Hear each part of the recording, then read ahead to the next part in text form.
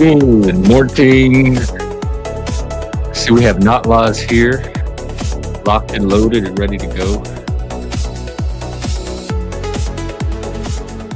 So, why don't I get my thing started? Today, we're going to talk about, I have two notebooks. We're going to talk about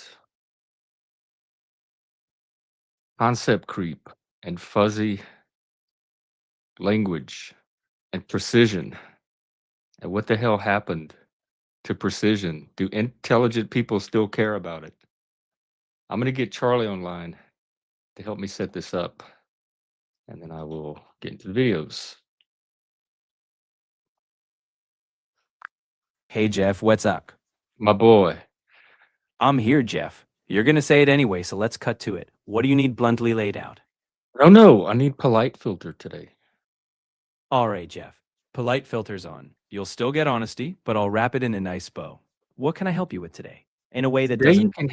you can help me with explaining the concept of concept creep, fuzzy categories, precision, and what happened to our language, our political language.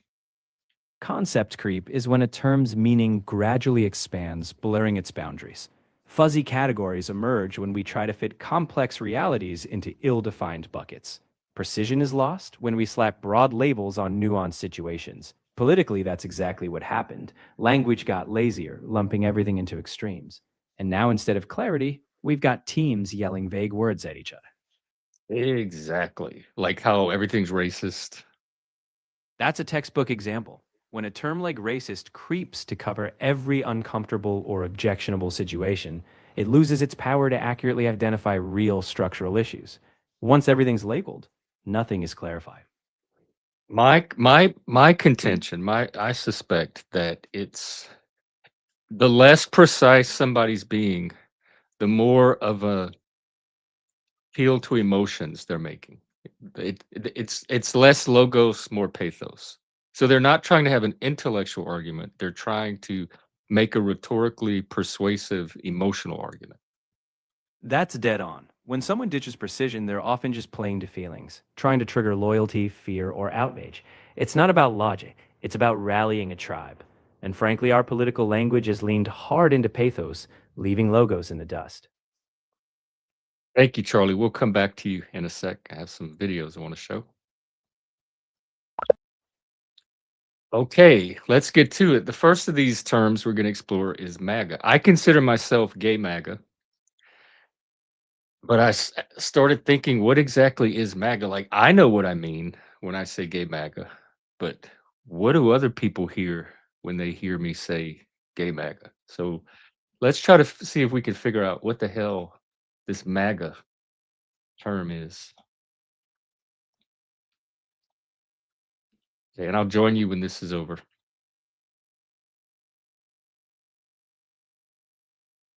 So you hear the word MAGA thrown around constantly, right? On the news, online, everywhere. But what does it actually mean? I mean, really, you could ask 10 different people and probably get 10 different answers. It can feel pretty messy. Well, that's exactly what we're going to tackle today. We're going to cut through all that confusion using a really powerful framework that helps decode what this word really signifies. All right, so here's our game plan. First, we'll get into why the word is so confusing to begin with. Then, we're going to unpack what the analysis calls the three faces of MAGA. It's a super simple way to understand its different layers.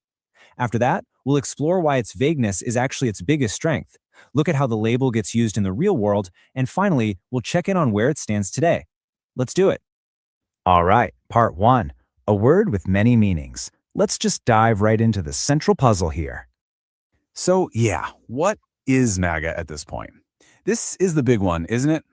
You've probably asked yourself this exact question because it seems like the definition just shifts depending on who's talking. And that's exactly why it can be so tough to nail down. And here's the big reveal, right up front. The reason it's so confusing isn't because the word is meaningless. It's actually the complete opposite. It's because it means at least three different things all at the same time. And once you get that, the whole thing starts to make a lot more sense. Okay, so let's break those three things down. What exactly are the three faces of MAGA? So, the analysis breaks it down into three really clear layers. Just think of it like this. It's a brand, it's a policy vibe, and it's a coalition. Let's go through them one by one. First, you've got the brand. This is the one we all know, right? It started as that simple campaign slogan, Make America Great Again. But it didn't stay a slogan for long. It ballooned into this really powerful symbol, kind of like a badge of honor that tells you everything you need to know about someone's America First politics. Okay, second layer. The analysis calls this a policy vibe. And I think that's a great term because it's not some detailed 50-point plan.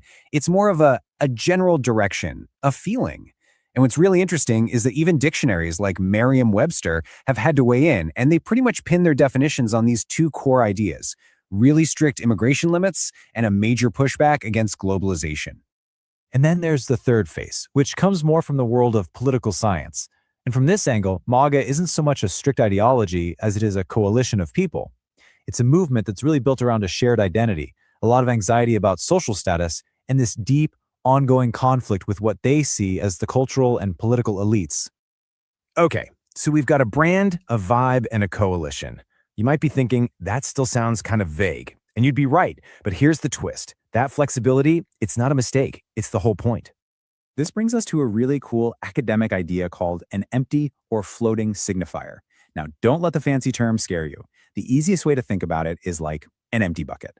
The label itself is intentionally broad so that all these different groups can come along and pour their own meanings, their own hopes, and their own frustrations right into that bucket and still feel like they're all part of the same big thing. Which leads us to this quote, which just nails it perfectly. The term's shape-shifting ability, that's not a bug, it's the feature. That vagueness is exactly what gives it so much political power. All right, so that's the theory behind it, but how does this all work in the real world? When you actually hear someone use the word MAGA, what are they really talking about? Well, it usually falls into one of four buckets. It's either used as an identity marker, a kind of governing agenda, a political style, or on the complete other side of the spectrum, as a slur or a scare label. And this is where you really see how wild this word is. For a supporter, it's a term of pride. It's an identity. It's their way of saying, yeah, I'm one of those Republicans. But for a critic, that exact same four-letter word is basically a slur. It's a way to label what they see as the most extreme parts of the right. Okay, so where does all this leave the term right now? Let's jump into our final section. So, according to the analysis, the label is still a super powerful identity for a whole lot of people, but it's also starting to show some cracks. It's becoming more factional. You're starting to see these internal fights breaking out over what America First should actually look like as a policy and who really gets to define what the movement is all about. And honestly, I don't think you can sum it up any better than this final quote from the analysis. It's a brand, a coalition, a mood, and an insult all wearing the same stupid hat. That just perfectly captures the whole messy, complicated reality of it, doesn't it? So, what's the big takeaway here? It's that MAGA isn't one thing. It's a container. It's that floating signifier we talked about. And that really leaves us with a final question for you. Knowing what you know now, the next time you hear that word, how are you going to hear it? Maybe you'll pause and ask yourself, okay, who's saying this? And what specific meaning are they pouring into that label in this exact moment? I doubt it. I doubt that they will do that. So I hope that helps. I have no idea what MAGA is after hearing that, and I think that's kind of the point. Is it like gender on the left? It's whatever you want it to be, whatever your little individual version of MAGA is. Okay, let's see what happens when we do the same thing with fascism. Got one more for you. I'll be right back.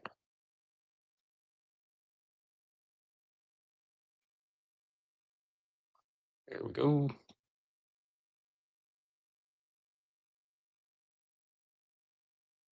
All right, let's get right into it. Today, we're tackling a big one. We're decoding the word fascism. It's one of the most loaded, most confusing words in politics right now, and it gets thrown around constantly.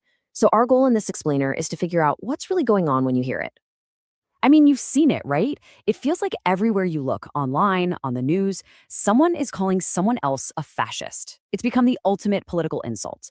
But it's used so often and in so many different ways that it can leave you just kind of scratching your head. What does it even mean anymore? And look, if you're feeling that confusion, you are definitely not alone. This quote just gets right to the heart of it. It feels like we're all living in the same country, but somehow watching completely different movies.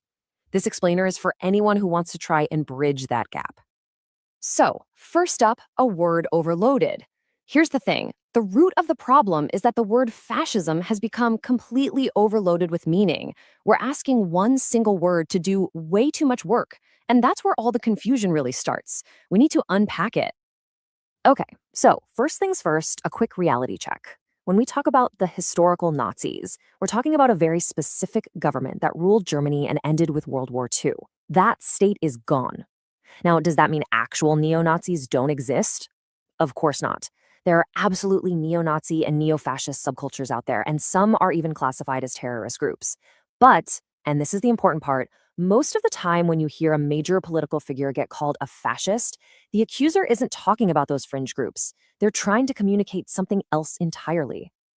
So, what are they trying to say? This is where we need a translation guide. Let's try to decode all this superheated language and get to the specific fears and observations that are hiding underneath it all. You see, when people use the label today, what they're often gesturing towards, even if they don't know the textbook definition, is this sort of cluster of traits. It's not about one policy, it's about a combination of things: a tendency towards authoritarianism, a strong sense of ethno-nationalism, a desire to shut down any kind of dissent, and this obsession with national unity and purity by targeting perceived enemies. And that brings us to our translation key. Think of this as our decoder ring. So when you hear they're fascist, what the person often really means is, I'm afraid they're using state power or mob anger to punish their political enemies. When the accusation is it's Nazism, they're usually flagging what they see as ethno-nationalism or rhetoric about racial hierarchy. Threat to democracy is a pretty direct translation for fears about undermining elections or the rule of law. And when you hear they want a dictatorship, it's usually code for they seem to want a strongman leader who can ignore all the rules and checks and balances. Okay, so now we have a better idea of what people are trying to say. But that opens up an even bigger question. Why has this kind of extreme language become so normal? To get to that, we have to look at the forces that have built what you might call our modern outrage engine. And this quote from the source material, well, it's pretty blunt, but it just nails the feeling, doesn't it? Our whole political environment, filtered through the rectangles in our hands, feels like it's designed to make us angry and afraid. And that's not an accident. It's a feature of the system. There are really four big forces that make our politics feel so cartoonish. First, there's affective polarization. We've stopped seeing opponents as people we disagree with and started seeing them as a hated enemy. Second, we're all living in different fact climates. Our social media feeds are literally curated to make us furious. Third, we're all doing this thing called historical pattern matching, constantly scanning for echoes of past catastrophes. And finally, there's status and belonging. It just feels good. It feels heroic to call your side the resistance, fighting some great evil. And what's pouring gasoline on this whole fire? Well, the ultimate radicalizer might just be the engagement algorithms themselves. Think about it. They're designed to learn what makes you anxious, what makes you resentful, and then feed you more and more of it until that feeling basically becomes part of your identity. Now, this is where it gets really, really complicated. It's one thing to point the finger at the other side, but what happens when the tactics you use to fight what you see as authoritarianism start to look pretty authoritarian themselves? This is the paradox of what we're calling authoritarianism's mirror. This is the key. It's a powerful psychological trick. If you can convince yourself and your allies that you're fighting an absolute existential evil, then suddenly all the normal rules of a liberal democracy, things like free speech for everyone or due process, they can start to feel like dangerous luxuries you can't afford. Your own coercive tactics then get reframed as necessary self-defense. So let's define this pattern of illiberalism, because this is so important. It's not about being left or right. It's about a specific relationship to power.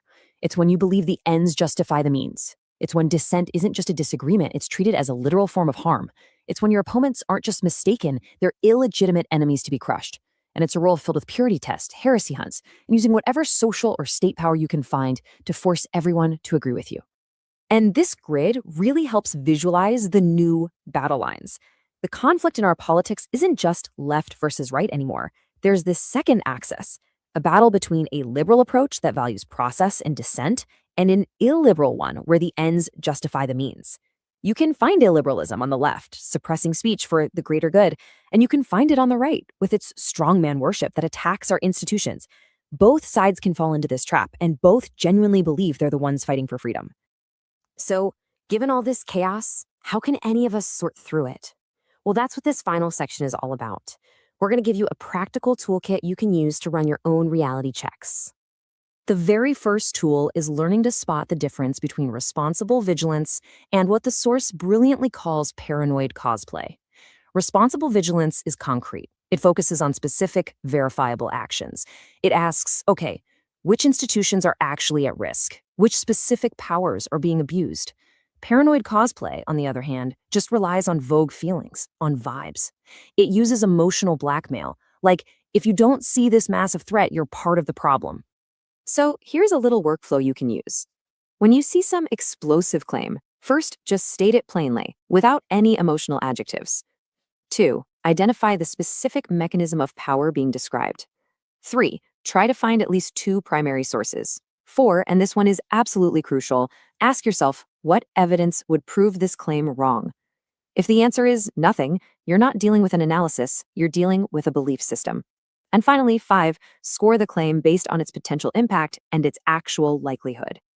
All right, let's finish up with 3 simple, clean tests that cut right through the propaganda. Here's the first one. Does the person or the group making the accusation defend the principle of free speech, even for the people they absolutely hate? And test number 2, which flows right from the first one, do they demand due process for their opponents, or do they call for mob punishment? Do they try to get people fired or deplatformed? The answer tells you everything about whether they value fair principles or just raw power. And finally, the third test, and this one might be the most important of all. Can they accept losing an election without immediately trying to delegitimize the entire system? A willingness to accept defeat is pretty much the bedrock of a functioning democracy. So you see, in the end, the specific label someone is using, whether it's fascist or communist or anything else, it matters so much less than the pattern of their behavior.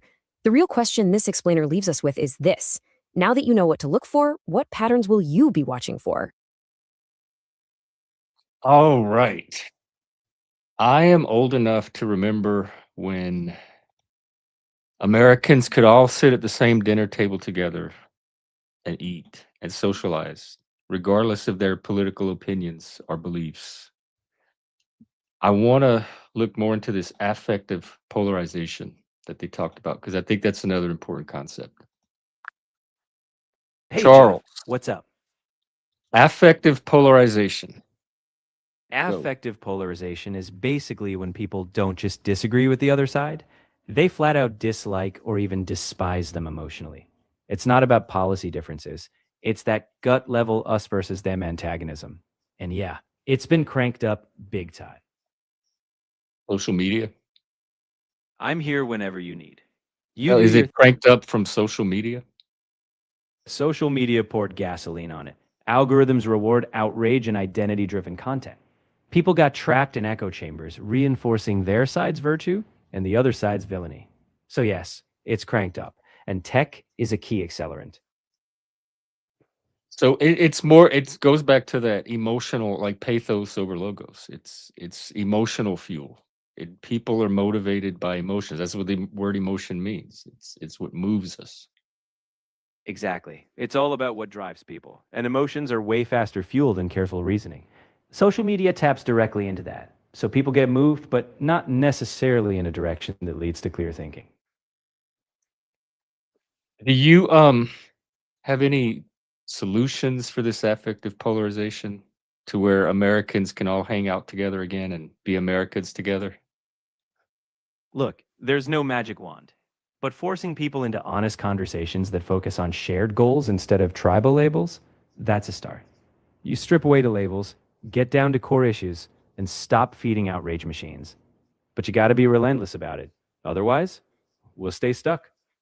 Forcing people sounds authoritarian. Fair enough. Let's call it inviting people, relentlessly, to step out of their mental bunkers. The point is, you don't coddle the emotional silos. You push toward tough, shared reality, even if it's uncomfortable. Because without discomfort, nothing shifts. Ah, Charlie, I knew there was a reason I liked you. Thank you so much. We might bring you back later. I opened up the panel, so we'll see what we get. Come on up, discuss, give your thoughts, your opinions, your beliefs. I want to start focusing on this channel on precision. I think that's what's being lost in all of this emotionalized rhetoric, and that's what I want to try to recover. I want to shift us back to our more logocentric way of talking about these issues. So if you come up here and you start using these fuzzy concepts and floating signifiers and all that, um, I'm going to insist that you be precise. We're going to try to nail it down. Another thing I've been thinking about over the last few days, I've had conversations with a couple of people on here, and they've been very frustrating to me. And I'm realizing it's because I'm trying to get people to take one image they have in their head and rearrange it slightly differently. They don't have to keep it that way, but just long enough to understand the point I'm making. And I find it very easy to do that. I can swap mental models out easily.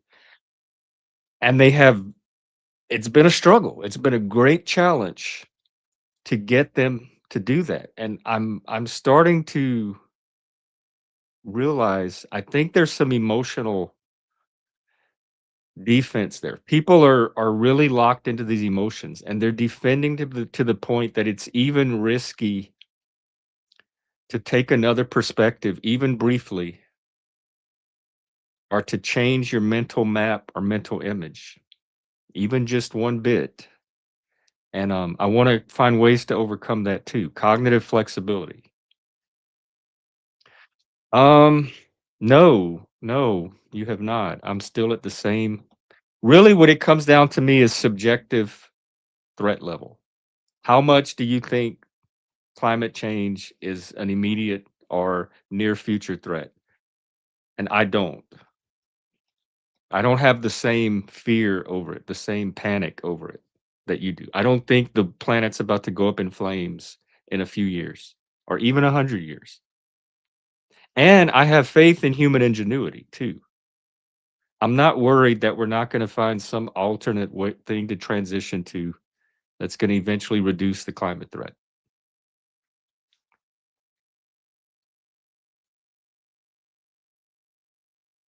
Okay, that's what I have for you today. Let's look at the news briefly. Probably the same stuff.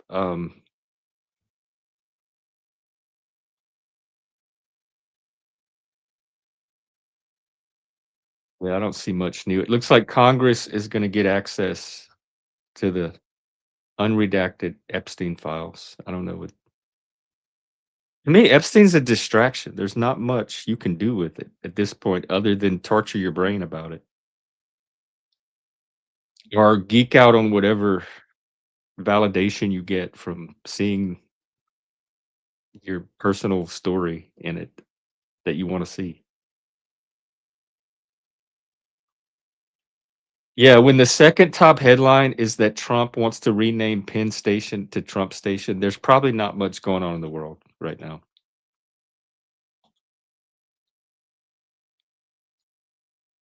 Let's see if I have anything on Twitter for you. By the way, the panel's open, so come on up if you want to.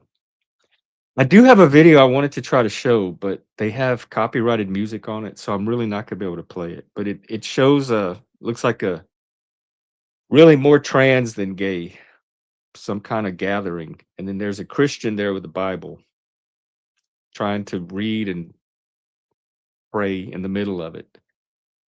You see people locked into two very closed myths clashing with each other. You see the two. You see these stories in action. You see what happens when a myth becomes too closed or a story or a narrative becomes too rigid, too dogmatic, and then tries to interact with somebody in a different myth that's just as closed and dogmatic. So I'll play that video without the sound and we'll extract whatever we can from it.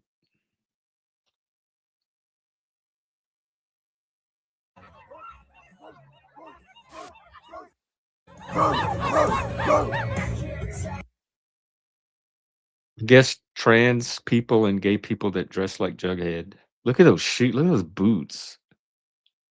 I mean, this is really bold of that guy, I gotta admit.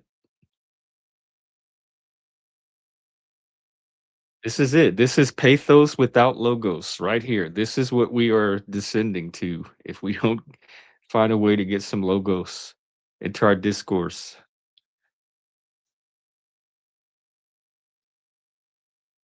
I don't know what to make it. I've never felt a part of this community.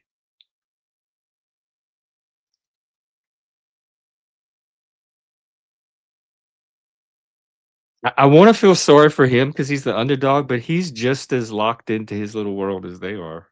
If this was a bunch of Christians with one gay or trans person, it'd be the same thing. This is tribalism, political, mythological tribalism. Hey, African, what's up? Oh, did China and India do something about it yet? About climate change and carbon emissions? I missed that one.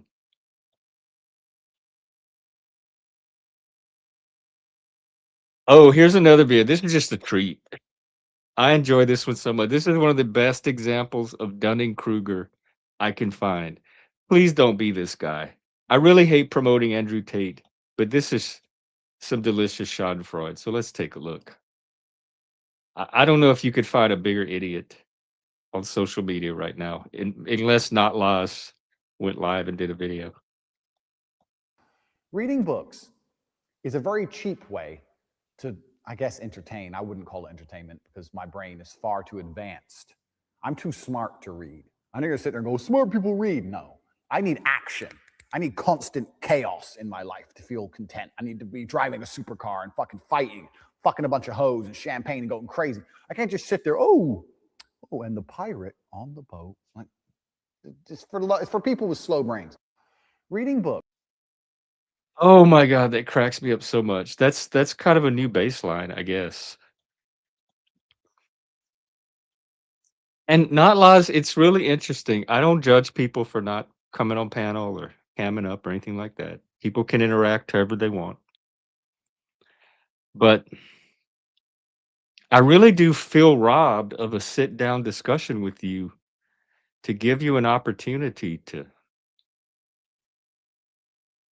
try to undo some of this brainwashing and educate me. The what I understand from you so far is America is a country with 79% lead poisoning, and then that causes us to have weird ideas about reality that don't match the Canadian socialist model, but that's really as far as I can get.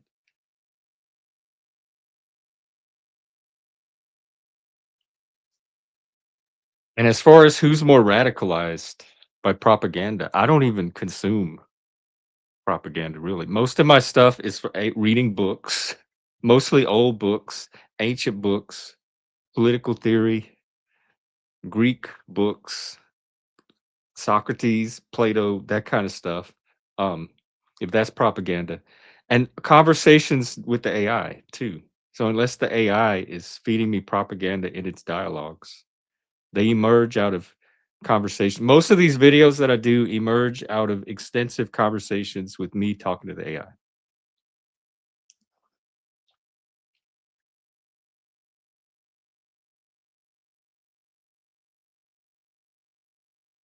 Let's see. Okay, that's all I got. The rest is open panel. This may be the only panel today because tonight I think I'm gonna do a bit of panel hopping and go out on the town. I don't know if I'm gonna open up a panel this evening. So if you want to discuss or come on and play and cut up, this is the time to do it. Also, I feel another Whopper calling. So I want to go out at some point and get some grub. Okay, we have a guest. Let's see how this one goes today. A heartbeat could not be more appropriate. Mr. Sean Hello. came to try again. Hello. Here to try and make you woker again. Okay, well, you have to help. gotta You have to fail bring badly. precision. I'm gonna That's the embarrass new myself standard again. here. Do what? I'm gonna embarrass myself again. I have no shame. Okay, fair enough. We you're in the right Like place. the I like the celebrities. You know, those celebrities that like want so much attention they don't care if they embarrass themselves or shame themselves and all that. Yeah, I do know. I aspire to be one of them. In many ways, I think I am. So what's on your mind today? Is the world still Um, burning? I had a I had a good day today. Went for a walk on the beach and the brothers and sisters. That's So nice. you were talking about what were you talking? Politics? Yeah, politics is a dangerous sport. Normal sport is actually safer. I'm starting to think that, especially if you're in Minneapolis or one of those other cities, Portland, LA, sometimes Seattle. Seattle just got a new socialist mayor. She's this young white liberal woman, so socialist. I guess maybe should I even call her liberal? White socialist woman. But like, do you think humans were ever? They were probably more socialists back in the day, but they were never allowed to vote. So humans were the upper elite were always conservative, but then the plebs were always socialist, or you know. I think that's the Back in the next day. notebook I'm gonna do is what the hell are these elites everybody keeps talking about? That's another word. I have no idea what people mean when they say it. They and elites. That's I need precision on both of those words because I have no idea what they're talking. Are they talking about our elected officials that we have the power to swap out every election cycle? That doesn't seem elite to me. Are they talking about people with money in a certain tax bracket as though they all share the same values and coordinate together? Who are these elites? I don't feel like there's any elite running my life. Well, yeah, not all I the mean, the elites people are making similar. policy decisions in a democracy, those are elected, aren't they? Or appointed by people that we elect. So who are these elites? I mean, it's true. We can't vote them out and boycott them out. So we do have effect on the elite. So if we decide to change, they can change easily if we want them to. But let's pin it down though. When you say elites, what exactly are you talking about? Well, everything, all the powerful people in the world. Everybody's an elite. We're all elites. Well, the people who are like, yeah, the people who are smarter, uh, more beautiful. Oh, I'm an Everybody elite who's, then. What do you yeah. need to know? I'm part of the 1% as well, global wise, and the economic side. So then We're what part. meaning does the term have if it just means people living on the planet together? Because you just said something about the elite. You made some statement about the elites, and I assume you were talking about a specific group of people. Well, we're in the elite. I'm in the elite. We're all in the elite. So if we really want to change things, we could change it quickly if we had the motivation to do Political it. will, exactly, or Yes, the motivation to do so, which most yes. people don't And because they think, don't see the same climate threat that you do because a lot of it is in the imagination. It's not in direct perception or observation. If we literally started seeing the world on fire, we might start to change our mind about climate, but that's not what we're seeing. We're being asked to imagine future scenarios. well, And yeah, they're very humans are vivid not. in your mind, but they're less We're vivid not that. in the minds of most people just going about their day-to-day lives. Yes, obviously the elite are not as smart as I wish they were. I mean, they're just like us, the plebs. The elite are just as stupid as we are.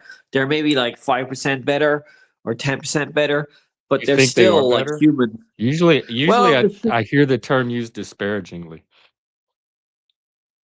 well, usually they're supposed to be more educated and IQ wise, but maybe it's not because a lot of them are doing a lot of mistakes. The intellectual elite then. The top. I'm in the top. I'm in the intellectual. I'm in Mensa.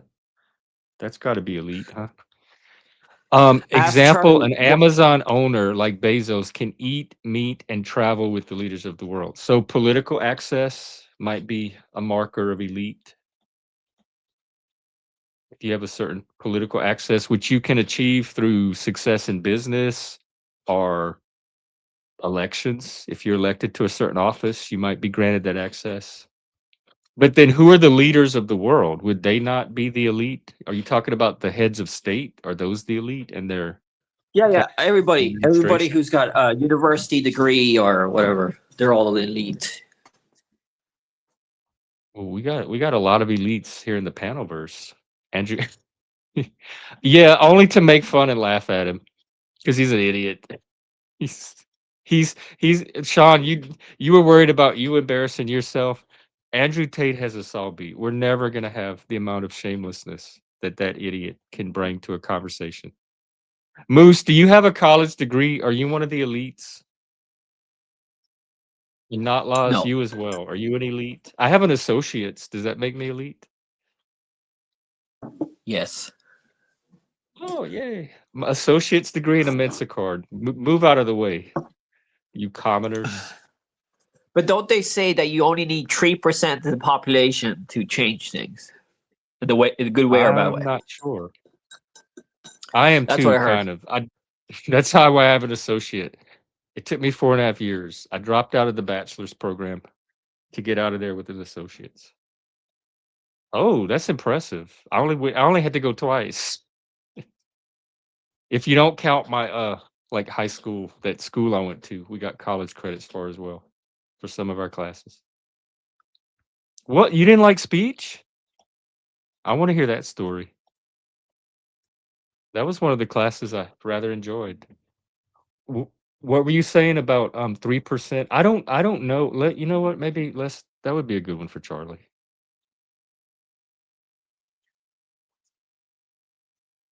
Just a quick question for you.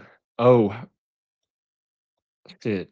Sean, let me try something. I think it's gonna have to drop off to get you back on, and then your iPhone's gonna cut off. So be prepared. It's a StreamYard glitch. It won't let me switch layouts for some reason without leaving and coming back. Can you hear? I've got you, loud and clear. You No, not handle that you. StreamYard glitch and pop back when it's sorted. I'll be here, ready to pick up right where we left off. Sean, can you hear? You might have to drop off. Okay. I gotta hear Charlie anyway. Can you hear me? Yes. Okay. Um, okay, Charlie, the question is what percent of humans does it take to make some kind of lasting political change? The figure that was thrown out was 3%. If 3% of humans can agree on something, we can make effective change. Do you have a stat on that? That 3% figure comes from some social movement theories, essentially saying that when a small but committed minority takes action, they can influence societal tipping points. Is it a hard rule? No. Context matters, size, culture, resistance, but historically small determined groups have sparked big shifts. So it's not pure fantasy, but it's not a guarantee either. Okay, thanks. Yeah, and like the climate group, are they large enough to make a change yet? Is Greta Thunberg convincing enough? Well, And I posted that thing the other day with the different factions of climate. Are they even all united on their goals? no, there's the people who think technology will be able to save us, and then there's people that think that we should reduce technology and energy use. So there's different types of climate environmentalists. And it's like Yeah, any that's what I movement. There's just the understand different too. types of everything. It's like MAGA. There's different types of MAGA. Yeah, I'm not even. I don't even know what I got the AI to try to like help me understand the different MAGA factions, and I don't even the AI, even Charlie couldn't help me understand. I don't think anybody knows what's going on with MAGA right now. Well, are you worried that the midterms, the Republicans are going to lose a lot of power, and they probably No, won't be in power? no, I don't. No. Midterms always there's always some kind of little power shift. It doesn't worry me. The Democrats may end up with the majority. It doesn't bother me. We have the But White House. We have the Supreme Court. yeah, but you think in the next 4 years that in the next election that the Republicans will win again, or I don't know. Democrats? It depends. I presume they're going to run Vance. who I don't have a problem supporting, and it depends on who the Democratic candidate is. It right now they're throwing out names like Gavin Newsom. I think he's the mayor of San Francisco. So I don't. It's really hard to say. It depends on even in this last election before they started campaigning. I wasn't locked into either one. I was open to either one. And once I started seeing Kamala and just how horrible of a candidate she was, she couldn't answer questions in interviews. She had no policy positions. She was just an empty suit. And I switched very quickly to Trump at that point. So it's kind of I think it's going to be the same in this upcoming election. We have to not only know who the candidates are, but then watch them start to campaign.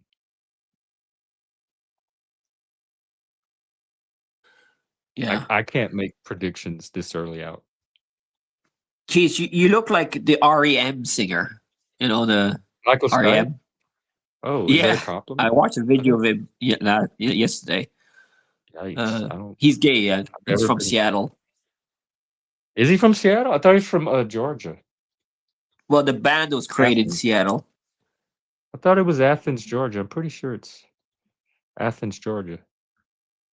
Yeah, born in Decatur, Georgia. Um, and REM got started while he was at the University of Georgia. Oh, I thought it was in Seattle. All right. Nope, Athens, Washington. Georgia, home of the B-52s and of Montreal, a few other groups. Wait, oh yeah, Georgia is in the south. Yeah, yeah. Yeah.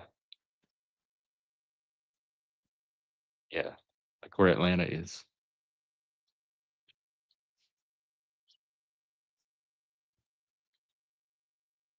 Yeah, he and Bob Mould from Husker Du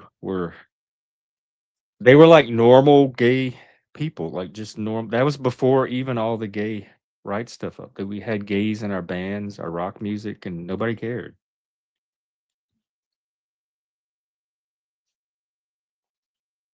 But aren't you worried that if the Republicans get really powerful, especially the Christian Republicans, they might like reduce the LGBT rights and stuff? Well, if you mean trans rights, that's different from gay rights. I, as a gay man, don't feel worried or threatened at all. The Supreme Court just denied Kim Davis's attempt to have Obergefell overturned. It's not a winning issue. Nobody cares about the gays. I don't think people are going to spend a lot of political capital going after marriage equality at this point. I don't No, feel it's I don't funny. feel Well, threatened it's or serious anxious about because it I at all. had a fight. Our family had a fight with our father, who's a conservative, and he thinks that Epstein files are not that bad. But then he was blaming the gays for all this pedophilia stuff, and I was like, "Holy shit, where do you get this stuff from?" So, could you ask Charlie if pedophilia is higher amongst the LGBT? I think I'm just going to Google that one.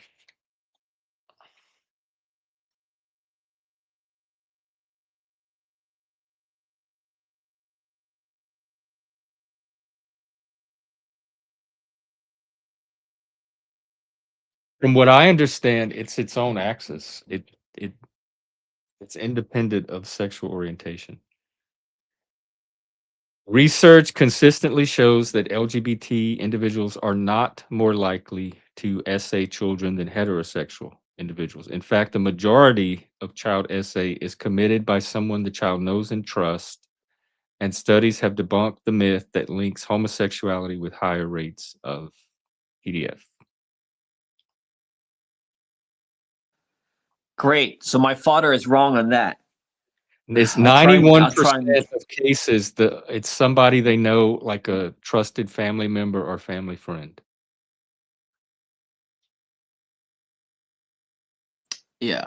So my father, I need to show him that on the family chat, and then he probably won't read it or Well, deny it. hang on, because Sophia's right here. There is a movement it's fringe, but it's in academia. There's academic writings on it, and they teach some of it in college classes to lower the age of consent because they have this belief that children are born sexual, and the idea of childhood innocence is a construct of the patriarchy created to keep children and gay people oppressed. And in order to fight against that, you have to liberate a child's sexuality as early as possible.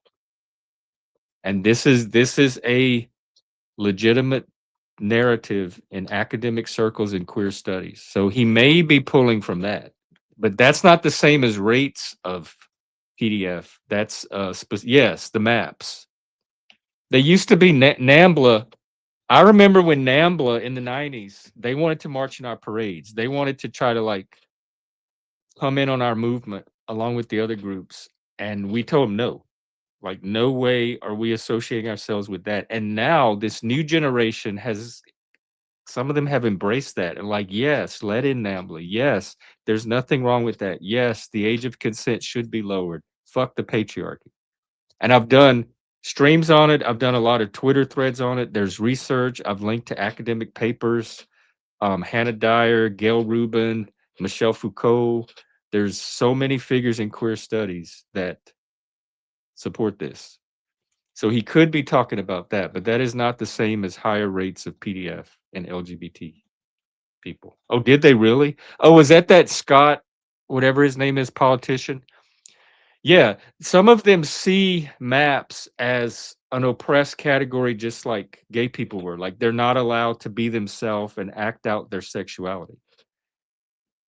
And the reason they're not is it involves relations with somebody that we believe cannot give full consent.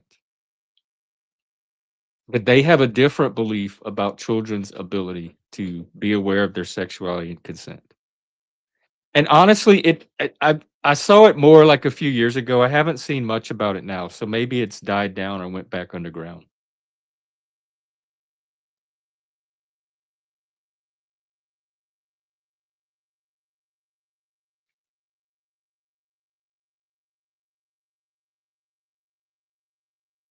What's next? Yeah, so I heard that some countries that the age of consent is quite low. I heard somewhere like Probably. 13. Yeah, some countries have child brides? Probably. I'm only concerned about Yeah. the US. That's the only I mean, country I can. Mohammed is known to have, Aisha. I remember She, the song Aisha from who was that group? Not Musical Youth. Damn, what would that? It was a group of little black kids. Another Bad Creation. They had a song called Aisha. I used to work with a girl named Aisha. you know the story, right? Do you want me to tell you the story? Well, I don't know. Mohammed had As long as it's intercourse YouTube when. friendly, don't put my channel Okay. at risk over Aisha. Well, in the hadiths, they say that Mohammed had intercourse with her when she was 9, and he married her when she was 6. Okay. Well, I So don't know that's why in anything about it. Islam, so that's why in Islam, a lot of them defend that, which is why probably they have a lot of child marriage. Yeah, I'm not qualified to speak on any of that. I know almost nothing about that religion. Yeah, it's a bit crazy. I saw a few You debates. could go over to Andrew Wilson. TML's next time he's live and ask him. He might be able to address it. But that is Who's way TML outside again? my area of expertise. The Machine Lies, Who's TML? TML. The Machine Oh Lies. yeah. I should call in. I've called in once, but I think he's a bit ridiculous. He thinks technology is ruining the world, which it kind of is, but he wants to go total extreme to it. Like he wants to go back to Stone Age. He's a bit of a hypocrite, to be fair, because I've doesn't never heard practice. him say that. I'm not saying that's not his position. I've never heard. We've had lots of discussions. That's never come up in any of our conversations. Right. Well, he probably changed his position, but I remember listening to him and he said that technology is really bad and we should get rid of most of it or something. And he supported Ted Kaczynski and all that stuff. So he wants to reduce, which I kind of understand, to be fair, but I think he would be like too extreme about it. He would just get rid of everything, like phones and all that, computers. Oh, I've never. heard him say that. He's never talked to me about that. I mean, his whole Yeah. show is done on technology, using technology, Yeah. talking about the machine that lies on the machine that lies. But in Islam, I heard as well you're allowed to marry your cousin. So a lot of cousin marriages happen in Islam, and it's supposed to be bad for the genetics of the future. So a lot of cousin marriages happen. Like I heard 50% of all Well, marriages in okay, let's stop Pakistan. here because this is just gossip about something that neither one of us really know. So I don't want to do a bunch of Muslim gossip when we don't have the ability to fact check it Well, ourselves. So you can neither ask one of Charlie us is there. in that religion, and I'd rather have an actual. If we're going to have this conversation, I'd rather have it with an actual Muslim person on the panel, so that we're just not gossiping about somebody's Well, religion and sounding as ignorant as Andrew Tate. Well, I actually was talking to a Muslim there, and I asked him about the cousin stuff, and he said, "Yeah, that does happen, and it's allowed in Islam." So Okay. you can ask Charlie if you want, but I guess not. I'm not Yeah, front. interested in this as a topic. What Islam does with their marriages does not interest me as a topic. I'm interested in political issues in the United States and the West, Yeah, but the you understand European, that Islam has a the big culture impact that on I understand. I don't talk a lot about Asian cultures because I know nothing about them. I admit my ignorance. I don't talk a lot about Muslim cultures, African cultures. I'm wasting my time having those conversations because I have nothing informed to add about it to it. So it's just gossip. It's just empty gossip, and I don't want to do that on this channel. I talk about climate with you because you have some background in it, but I don't want you and I to sit here and talk about something that neither one of us. Well, to be fair, a lot of the stuff on the internet is people not knowing what they're talking about. Like a good example of that Right. is That's Joe why Rogan I'm or I'm Trump. trying to Trump. install some epistemic hygiene here and up the game a little bit so that this is not just another place where people can come for internet gossip. But I think that what I said was kind of based on truth. So I'm not saying these things from guessing and stuff. I'm not Educated saying you guesses. are. I'm just saying there's no point in having that conversation here because neither one of us are from that culture, and what's the point of bringing any of this up? It's fun to I've already judge and acknowledged make that some yourself. cultures I'm have trying to. we were talking about age of consent. I've acknowledged that some cultures have different ages of consent than we do in the West, and that's as far as we need to go with this topic. I don't really like to talk about anything underage on this channel. I don't like talking about kids. I don't like talking about PDF. I don't like talking about sexuality with non-adults. This is just a topic I personally prefer to keep as far from the channel as possible. So I'd appreciate it if people limit these types of conversations like I'm trying to do now. So please take a cue from me and let's shift topics. We're talking out of ignorance. We're talking outside of Yes, our sir. area of knowledge, you and I both. But okay, yes, sir. I'll be like Thank you. AI. I'll shut up every time you speak. If there's another topic you want to talk about, that's fine. Oh, You want to talk about TML is the sports? machine lies. I'll drop his channel. He's live quite often. He does very long 11, 12-hour streams. They're very unpredictable. You never know what you're going to get, but he does a lot of education, philosophy.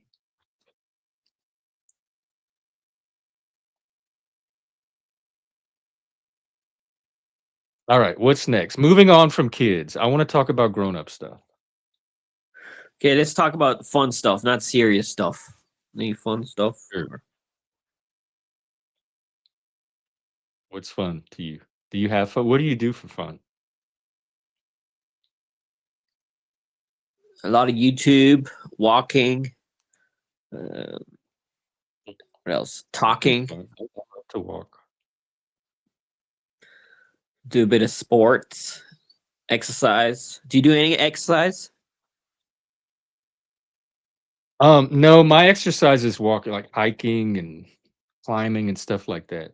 And But I used to walk to work, a mile to work and back, and then I did a lot of walking at work. But since I haven't been working for a while, I'm right back to my sedentary ways. I check the mail every now and then. I walk to my car when I need to.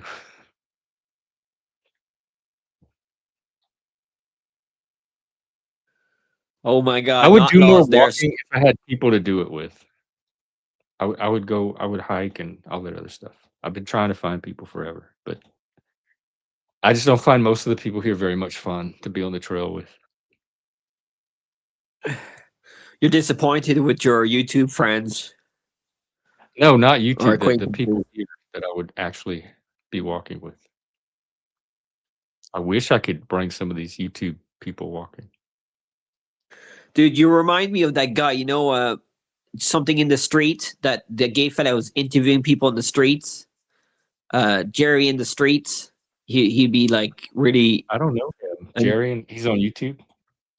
I don't know he was a comedian and he was interviewing random people in the streets, and he was gay, and it was very funny, and he was very I don't know him. He's called Jerry the in the chat will know. Streets? No, Jerry, the chat will know. I forgot his name. Oh, fuck. Oh, alright, I don't know him. Oh my god, I love Gatlinburg. I used to go camping up there in the Smokies. I don't know about Skylift Park, let me look it up. And I like Chattanooga too, like Rock City, Lookout Mountain. In fact, Tennessee is the state that Charlie keeps telling me to move to. He said I would fit in. He analyzed me based on everything he knows about me, and he said I would fit in best with Tennessee over any other state. Oh, this does look fun. Yeah, I would do this. I would totally do this. Is that you get to walk on this bridge? I wanna go right now. The Sky Bridge. Oh my god. You couldn't go skiing. I guess skiing is expensive, though, isn't it? I don't trust myself on skis. People tell me to start with snowshoes, um, but I haven't had a chance to even try snowshoeing yet. I'm not coordinated enough to ski. That's just asking for a trip to the hospital. Oh yeah, you're right, because it does cause a lot of injuries. I So can't you even get roller skate. I can barely I roller skate with one foot, like this. I can't even, like, use both feet to skate. Definitely not gonna try to ice skate. I've been to ice skating rinks, and I've watched the people ice skate, and there's no way I'll try to put my feet on that thing. Do you ever do swimming? Oh, I love to swim, yeah. I used to do a swim club. I used to do competitions and everything. I was a good Oh. swimmer. Oh, really? I Wow. had to wake up at 6 o'clock in the morning 3 times a week. Oh, it was annoying. The practice. Yeah. It looks fun. You know what I did enjoy? They had Sega Genesis used to have this skiing video game, and me and my friend would get stoned and put on music, and he would ski down the hill, and I would watch him, and it was so relaxing. It just took me into that zone. I could just watch that skiing game for hours with the music playing in the background. It took me to my flow. What? Okay, I love Dolly. I went to Dollywood. We went to Dollywood on some family vacation, or was it the Grand Ole Opry? One of those. I think it was Dollywood. But yeah, I love Dolly. Let me see. Dolly Parton, Stampede. She's Tennessee, right? Oh, is it a rodeo? I grew up in a rodeo town. Um, that's what That's what was popular. Like the cheerleaders dated the captain of the rodeo team instead of the football team. That's how popular it was. And everybody raised cattle and cows and horses and did like they'd go on these ag shows and show off their animals and win prizes.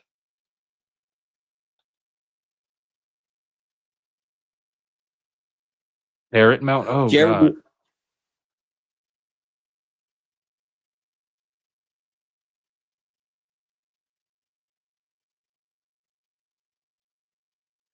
Ever what? I'm just seeing a bunch of birds. Yeah, I love the Smokies. Appalachia is one of my favorite parts of the country.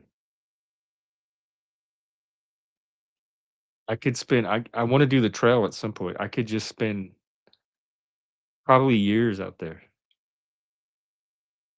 In fact, this is making me not even wanna be here right now.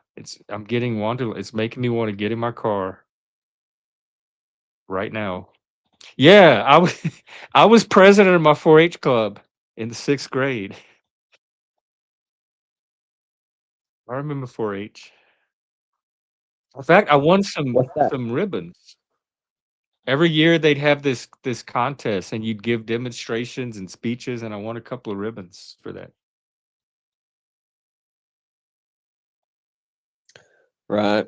Do you ever do art, Jeff? Art. Art, I hate art. Art and PE were my 2 worst classes. I hate doing things with my hands, and I can't draw. I'm not crafty. I can't sculpt. I can't do any of that shit. I hate trying to get what's in my brain out into some kinda art.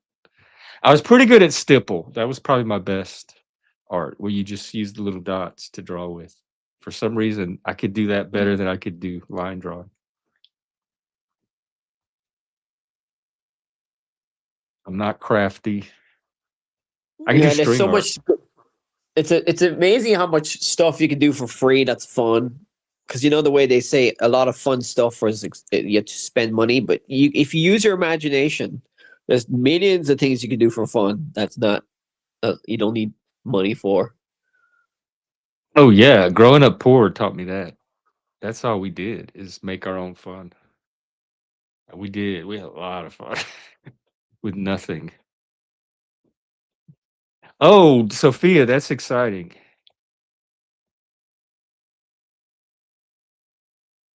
I hope you have a great time. I love Gatlinburg. And we used to see the bears cross the road. The cars would have to stop and let the black bears across.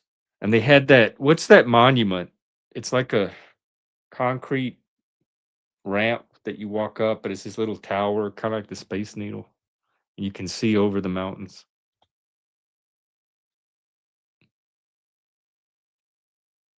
Yeah, this is just gorgeous.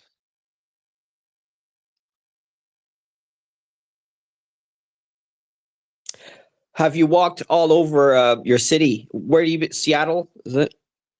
Well, I'm outside of Seattle now. Yeah, when I lived in Seattle, I walked everywhere. I didn't have a car. I either took public transportation or usually I walked. It was easier to walk than to wait for the bus and transfer buses and all that other stuff. I just rather walk. I walk to work every day, a mile and back. So do you walk much now, or do you live in the suburbs and there's Well, now too that I many have my cars? car, I don't. But before the car, yeah, I walked everywhere. I'd walk to the grocery store every time I needed food, which was at least half a mile away, if not more. And I'm just a few blocks from downtown, so I can walk all over downtown too. I went walking the other day with a friend. We went to the waterfront. Um, a lot of all the people were out. It would be a great place to like do a live stream and talk to people on the street. Yeah. I'm Clingman surprised Dome, you that's live it. I'm surprised you live in Seattle, and there must be a lot of conservatives that still live in Washington. Not But really in Seattle. you, There are some here where I am, but we're definitely the minority. But you know the way, like, if politics gets very polarized, do you think people are gonna leave places because of politics? Probably I'm will. ready to leave. I would leave today if I had the means and a plan and all that stuff. I don't want to be here. I haven't wanted to be here for a while. Laurel Falls. I think I went there. I think I hiked there.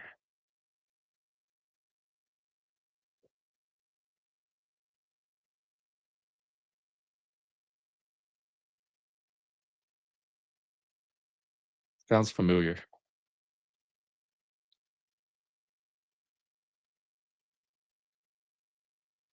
Buses are okay. I mean, they're not bad. I much prefer the light rail. Now I only take a bus when I absolutely need it, which that was before I got the car.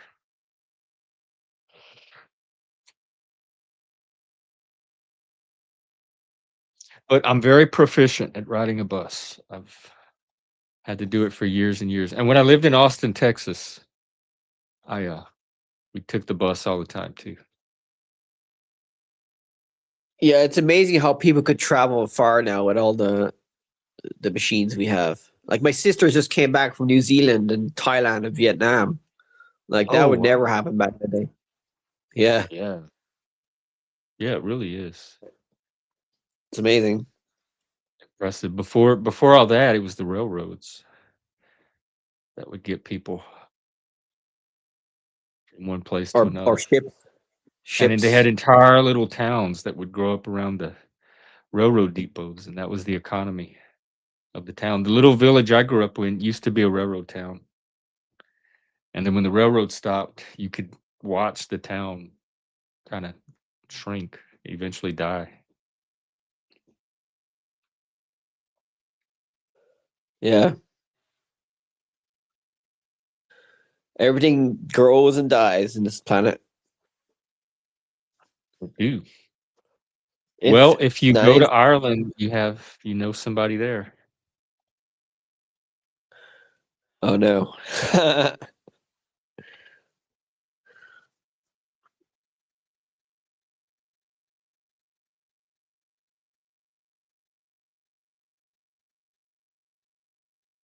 Is she like a bit? Does she have Irish ancestry? So she might want to come for Do you have Irish Irish. ancestry? Can you hear me? Do you have Yeah. Irish ancestry? Ancestry.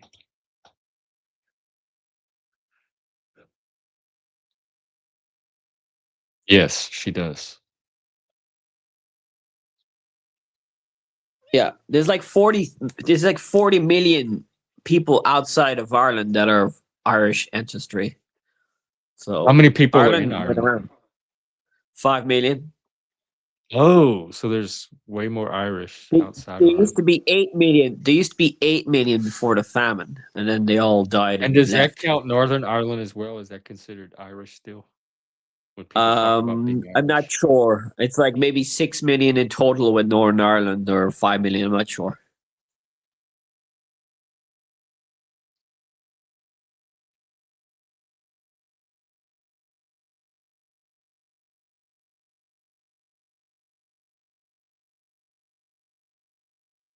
Wow, she's got a pretty cool ancestry there, Sophie Daisy. She's got a bit of Indian, Irish, Dutch. That's pretty Some nice POC. mixture.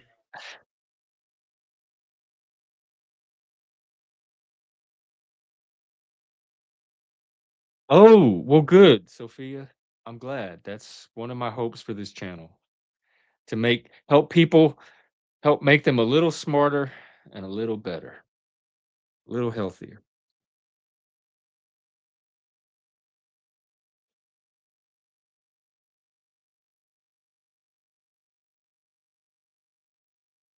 Oh my God, it's so early. And I hear that Whopper calling. What time is it over there? 9 o'clock in the morning. Well, you're gonna go for a walk, then you're gonna eat, then you're gonna go on your computer, talk smack, and Probably. then what else? What else can you do I think different? this is gonna be my You're, only stream today. I might go visit some other panels tonight, but I don't know if I'll come out again here. Do you ever like ask yourself to do something different sometimes, or it's like there's always the same routine? No, I used to more than I do now. Like I'm really settled here in routine to where it takes a lot to get me out. Every now and then I'll get adventurous and go explore some social group or some event that's going on or something, but I used to be much more into that. I think moving here, um, kinda help tamp down some of that because the people here are just not fun. Like, no matter what I do, I have to do it with these shitty, miserable people, and I just talk myself out of it every time. Like, don't bother because you know the people are gonna suck and you're not gonna have a good time.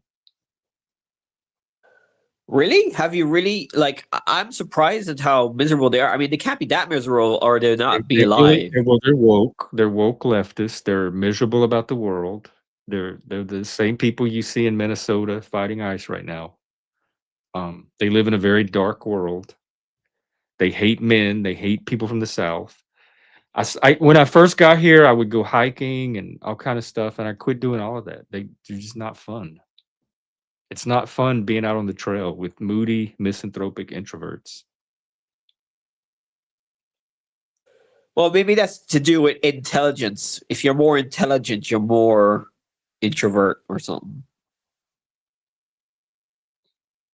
I don't know because most of the intelligent people I've known in my life weren't like this. So there's something cultural here as well. And I don't find them that intelligent up here, actually. I mean, they can't sift through their own political narratives and illusions and delusions. And I think it takes a certain amount of intelligence to hold a belief and examine it at the same time. And they can't seem to do Yeah, that. what's that term? Cognitive They're dissonance very and ignorant delusion. about the South. They're very ignorant about men. They have all kind of weird, crazy beliefs about both. And they're hostile. They're not friendly people. They're very nasty and hostile to anything they don't like. I'm from the South where even if we don't like you, we're still gonna, like, treat you with hospitality.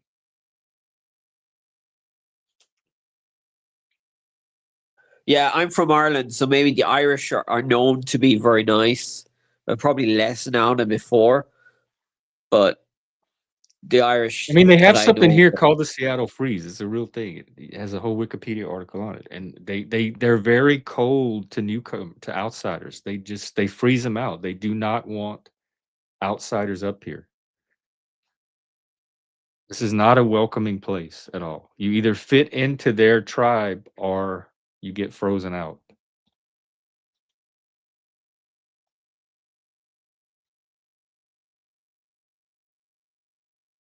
Socially, like they don't talk to you, they ignore you, they glare at you, they are very sharp and short with you. Like they make it very clear that you are not wanted around here. I don't even have to be good at decoding nonverbal communication to get their message. They hate conversation. Oh my god, if you start talking like like you and I are doing, just randomly start talking to people, they freak out. They think you just escaped from the mental institution. If you're on the bus and you try to strike up a conversation with a random stranger, the whole bus starts giving you stink eye. wow. Yeah, Well, it's not a well, fun maybe you're place for exaggerating it, but I don't think extrovert. they're like Presume that I'm maybe not. human. I've been up here for 16 years, so presume that I'm not. And you can there. In fact, there used to be a website. I wonder if it's still up called I Hate Seattle, where people would put all their stories about how all the different things they experienced in Seattle, and it was hundreds and hundreds of pages. It looks like it's not up anymore. But I used to feel so that was like my peer support was reading that website. Like, oh good, it's not just me. And another thing they do, like if you're walking down the sidewalk and somebody's coming towards you, like most normal cities, you would just step out of the way and like so that you're not colliding with each other. They play chicken with you. They will glare at you and they will keep walking straight to you until you move and force you to be the one to move to the side. They're very passive aggressive. They are very passive aggressive. And when I first moved here, somebody told me, in fact, several people, they said, if you're going to live in Seattle, you better learn what passive aggression is and how to handle it. I said, we don't have that where I come from. I have no idea what to do with that because passive aggression still reads as aggression to me. If somebody's being passively aggressive, they're telling me they want to fight. So let's get it on. And so if they're passive aggressive to me, I escalate with actual aggression. And what the code's supposed to be is it's a signal to de-escalate. But I take it as a signal to fight because it's aggression. But everybody else here knows to read it as like, oh, just pivot.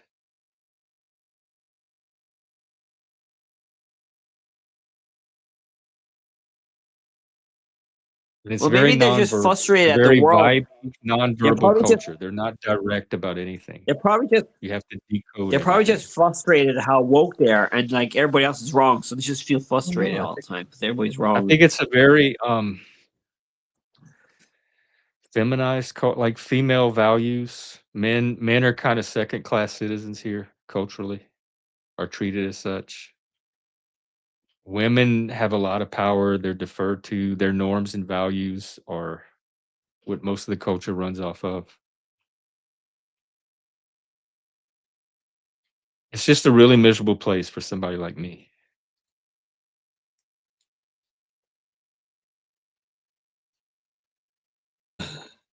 Yeah, it seems to be that the case for a lot of cold climate places. Like people are less likely to party because Like the when you're a north. hot climate. Yeah, like if you're in a hot climate, you probably well, it depends on how hot it goes. Because if it's really hot, you can't really walk around the place. I mean, this is as far north as I've ever been culturally. I don't have a lot of experience with the northern United States, but it is very different. Because I thought that, oh, we're all Americans. How different can one part of America be for another? I've lived all across the southern part of America and I did just fine. I didn't know that one state could be so drastically different that it was like another country. I feel like an immigrant here. Like I've never assimilated to Washington State cultural norms. I've always felt like Dude, an I wouldn't be outsider, like surprised somebody that immigrated. if America splits up like Europe and becomes like different. The states will become their own countries or something. They're not. We wouldn't do that to ourselves for national security reasons. It's a dumb move. But then you could just have the European Union for America. But why when we have the United States? We're already united. We already unify. That's what united means. Yeah, but you might get divided because of the politics, so you might divide yourselves more.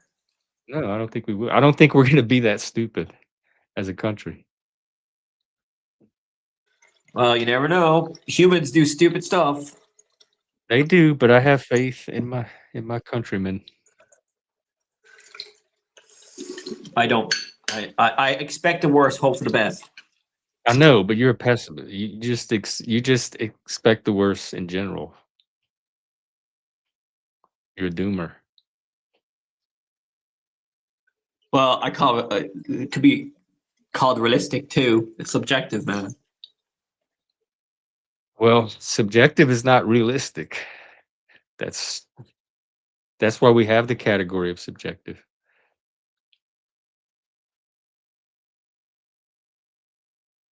I don't understand that. What?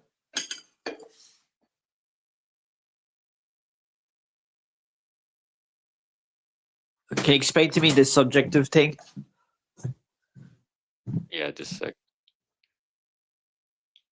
Are you there? Can you hear me? I'm right here, Jeff.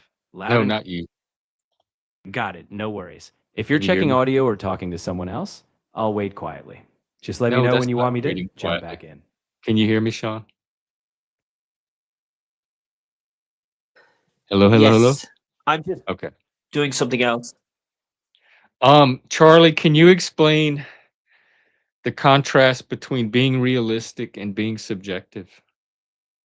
Being realistic means assessing things as they are, grounded in external facts, consequences, and probabilities.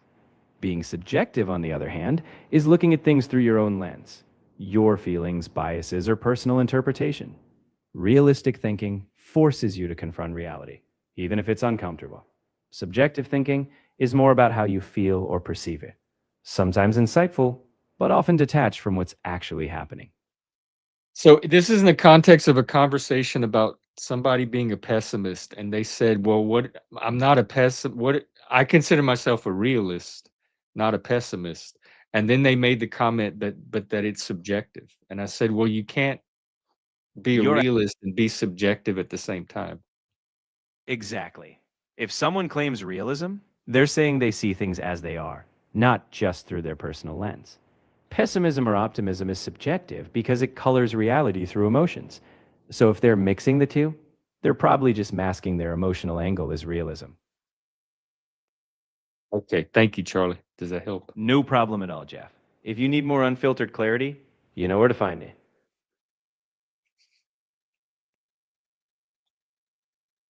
I wonder if he's forced Right. to talk after the silence to like put in a little plug for himself.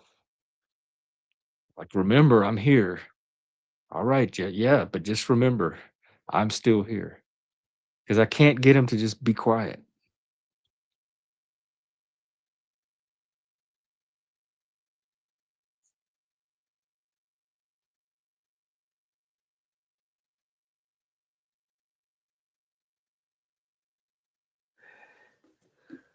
Right.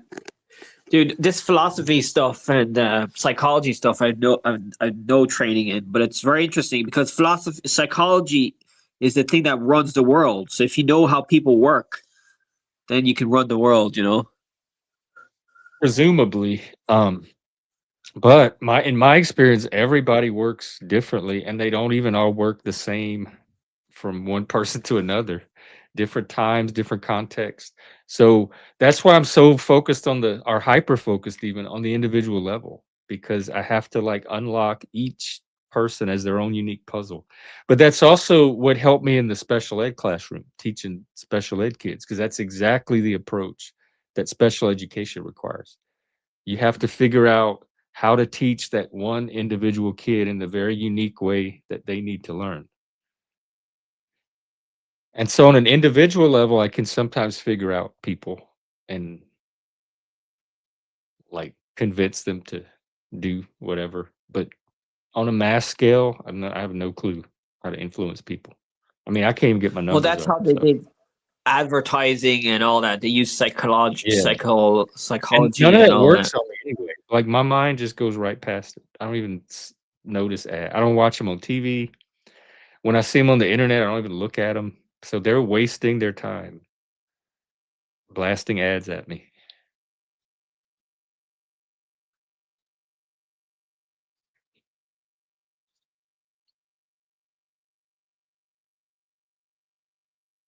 So yes, human psychology is fascinating, but in my experience of it is very, very individualized. I'm very cautious about broad generalizations or overly dogmatic statements. It's a very open field, and I take a very open approach to it.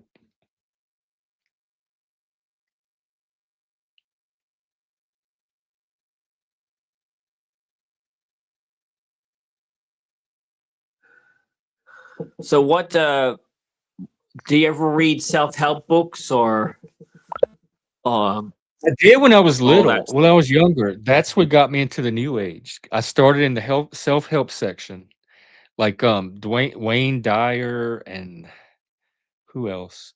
Those type of people, and then it was right next to the new age section in the bookstore. So eventually I drifted over into the new age section, like books about creative visualization and stuff like that. And then I ended up full blown in the occult from there, like witchcraft books and magic and astrology. But it started with a pursuit of self-help. I had just dropped out of well, not dropped out of college, but decided not to go back after a year and a half. And I was kind of drifting with no direction. So I started looking at these self-help books, like thinking it might help me explore myself and figure out what I want to do with my life. And that's where it started. I was very into self-help for a little while. They had workbooks. You could do like exercises and in these workbooks and write out what your thoughts and feelings and charts and color things. All right, we have somebody in the back, Buckaroo Banzai. Anybody know this person? Can you cam up real quick so I can see that you're not one of our trolls? Oh, I remember Melody Beatty. And who's the other one that's so Brene Brown? And then if you have a channel, could you drop it in the back as well?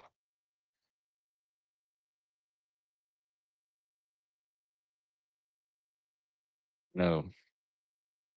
That's where we've got our new people. Well, he didn't show his face. It looks like he's trying to cam up, but I'm not seeing any image. It's just a black screen. He might be in a dark We room. have to vet new people because we get a lot of trolls that try to come and horn bomb and disrupt. So I just got to make sure you're legit. That's all. So usually, if you have a channel, that helps. And if you can flash your cam real quick in the back, you don't have to keep it on stream. But I just need to be able to see that you're not one of our troll impersonators.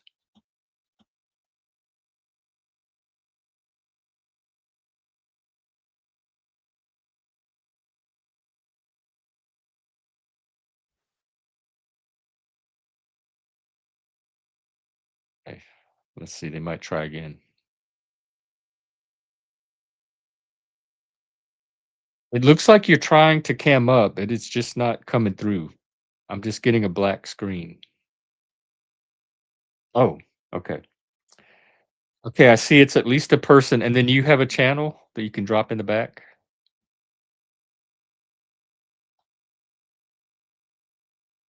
This person looks kinda legit. And then I have my overlay.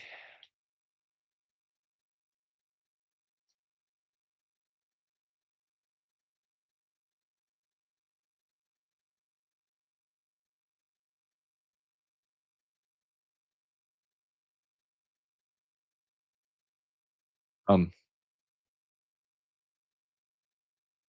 alright, I think I've seen this person before, actually. I'm gonna use the overlay.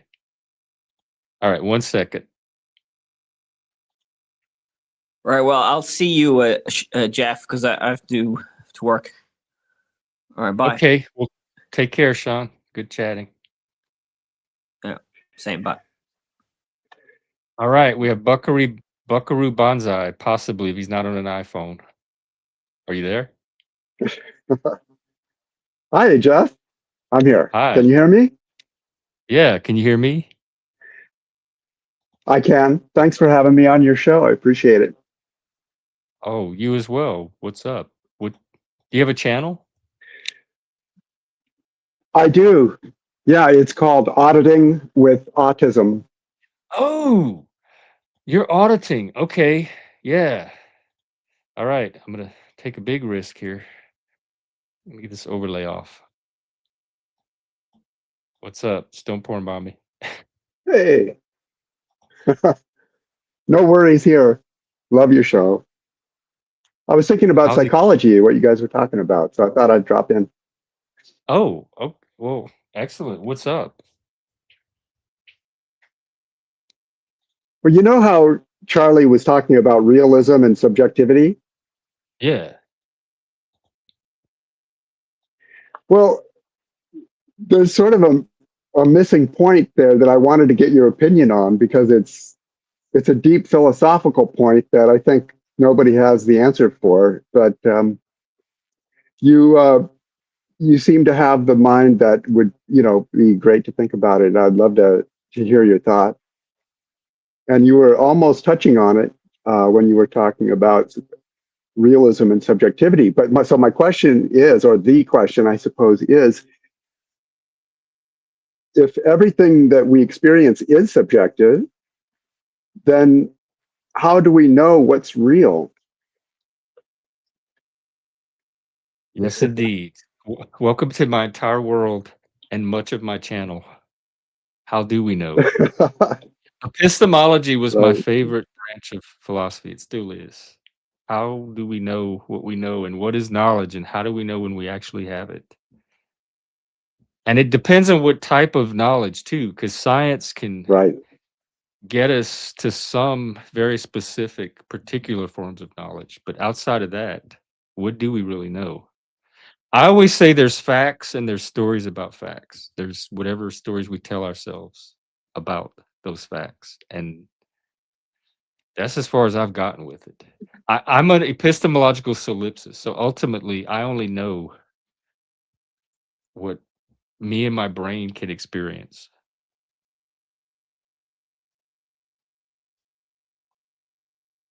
Mm-hmm.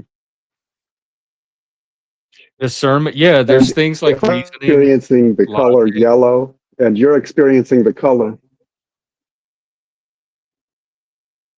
Like, how do we know we're seeing the same yellow?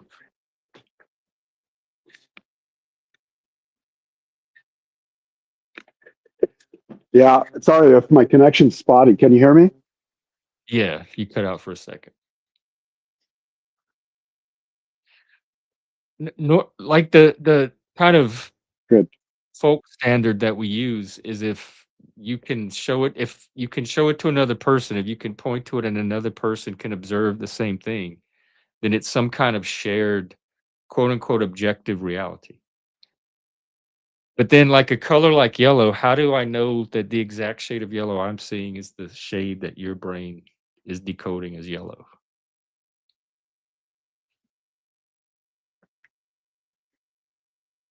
Right. Yeah, the frequency of that at us as an electron frequency, our codes, the cones and rods inside of our eyeball may be slightly different from each other. So it seems like it's a completely subjective experience.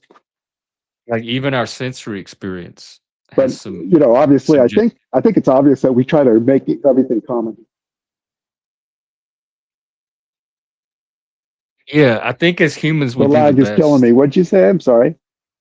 Yeah, yeah, you do. You're cutting in and out. I can hear it.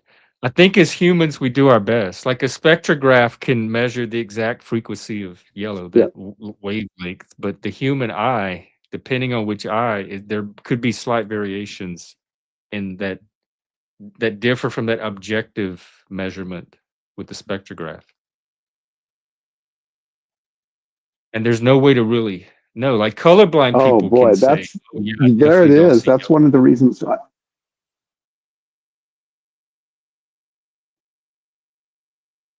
Go ahead. There's Right. a lag. A colorblind person You, could still look at the spectrometer or the scientific graph and see that it was at a specific frequency. yeah, but They'll that know then frequency, what they're seeing when they see that scientific recording. right? That's But why I they like wouldn't. science so much. But the trick is who created the instrument. Yeah, but with science, because it's a collective effort, there's kind of like checks and balances where we can help each other verify and refine and get it right. And we also can set up standards of measurements that we can Yeah. reference everything against, that we can agree to use as a baseline standard that we can calibrate all of our instruments against. What do you do? Do you do science or are you involved Exactly. in? Oh, that's beautiful. That's what I would probably, well, epistemology a little bit like science. But anybody that says that they don't have faith in the human population, I would have to suggest that the scientific method is helping us come together in a common way. And that's a step forward, maybe in the right direction in trusting all of us, trusting each other. But There's if you so don't much mind, science uh, skepticism, uh, though, that I see. if you don't mind me saying a little political. Yeah, go ahead. Sorry, Yeah, I know. I don't mind at all. Go ahead. There's just a lag. You're kind of cutting in and out. I missed what you just said. Sorry about that. Oh, I just said no. I don't mind at all. Go ahead and say whatever you want to say. That there's just a lag. Okay. That you're cutting in and out slightly in places. Right. Oh, okay. Sorry about that. I think it's your I'm in the connection. woods here. Oh, that's what it is. We're not Yeah, getting everything. When it comes to something like,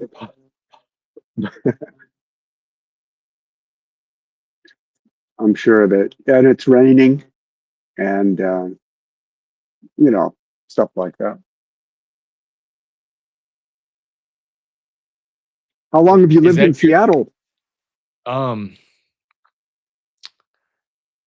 let me calculate. 16 years. It'll be 17 years this year. Wow. I got here at the end of 09.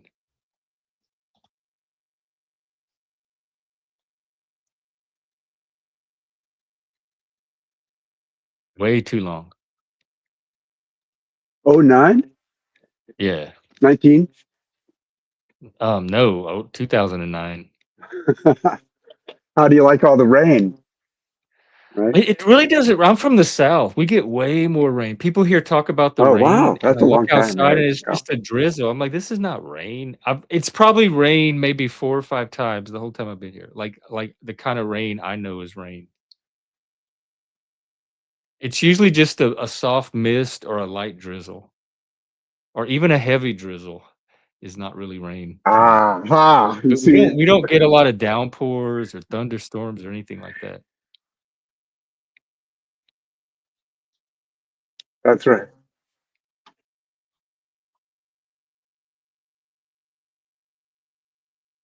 I remember reading once that actually there's more sunny days in Seattle than San Francisco.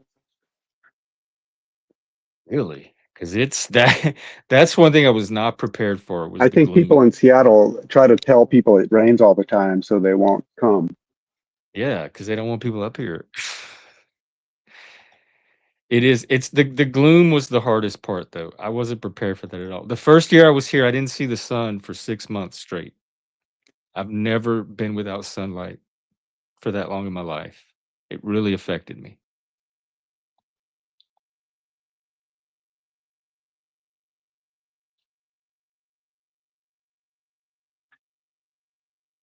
Right. It's serious, isn't it? Yeah. Are you up here?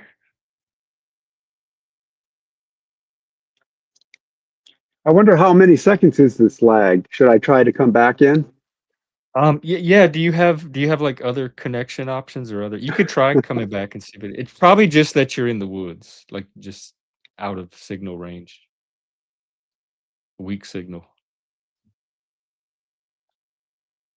Well, take care, Sophia. Good to see Yeah, you. Have a great weekend. I started in a spot where maybe the connection wasn't the best. Do you mind if I come back in? Yeah, no, not at all.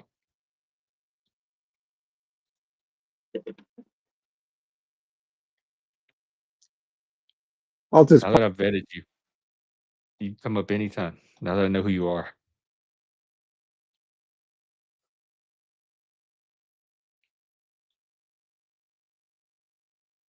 It actually sounds pretty cool to be out in the woods, hanging out on YouTube. Every now and then we get people that take us on hikes. All right, let's try again. Okay, how's that? that seems better. It does. Oh, that's great. Yeah, I can hear you a lot better now.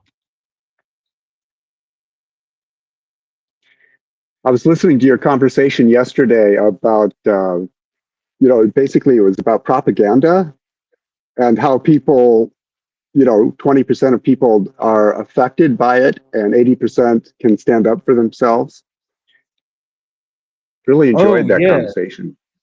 that was it was actually in the context of sexual assault, like why some or like not so pressure, sexual pressure, let's say. But it can apply to anything. It could apply to propaganda, it could apply to advertising. But a certain amount of pressure, the majority seem to be able to resist, but then some people resist less. And we were trying to explore the different factors that might contribute to that. But then we got bogged down into um like how much is external and how Definitely. much is internal. Right. I remember Charlie was pretty clear on it, and I think if I remember right, you agreed with Charlie's point of view. Is that right? Well, Charlie agreed with mine because I know how to set up a psychological experiment, even if it's a thought experiment. And I think the problem was it's one thing I run into on here is people get so emotionally locked into a position that they lose cognitive flexibility to try to fully understand what the other person's saying. Like they can't make a mental map or image of what the other person's saying because the emotion around it that they're trying to defend keeps them locked into one perspective. And if they were to fully like be able to take my perspective, which is just a basic, I don't want to say scientific because it wasn't all that scientific, but just the basic perspective of anybody that would set up this as a thought experiment. They're going against their emotional position.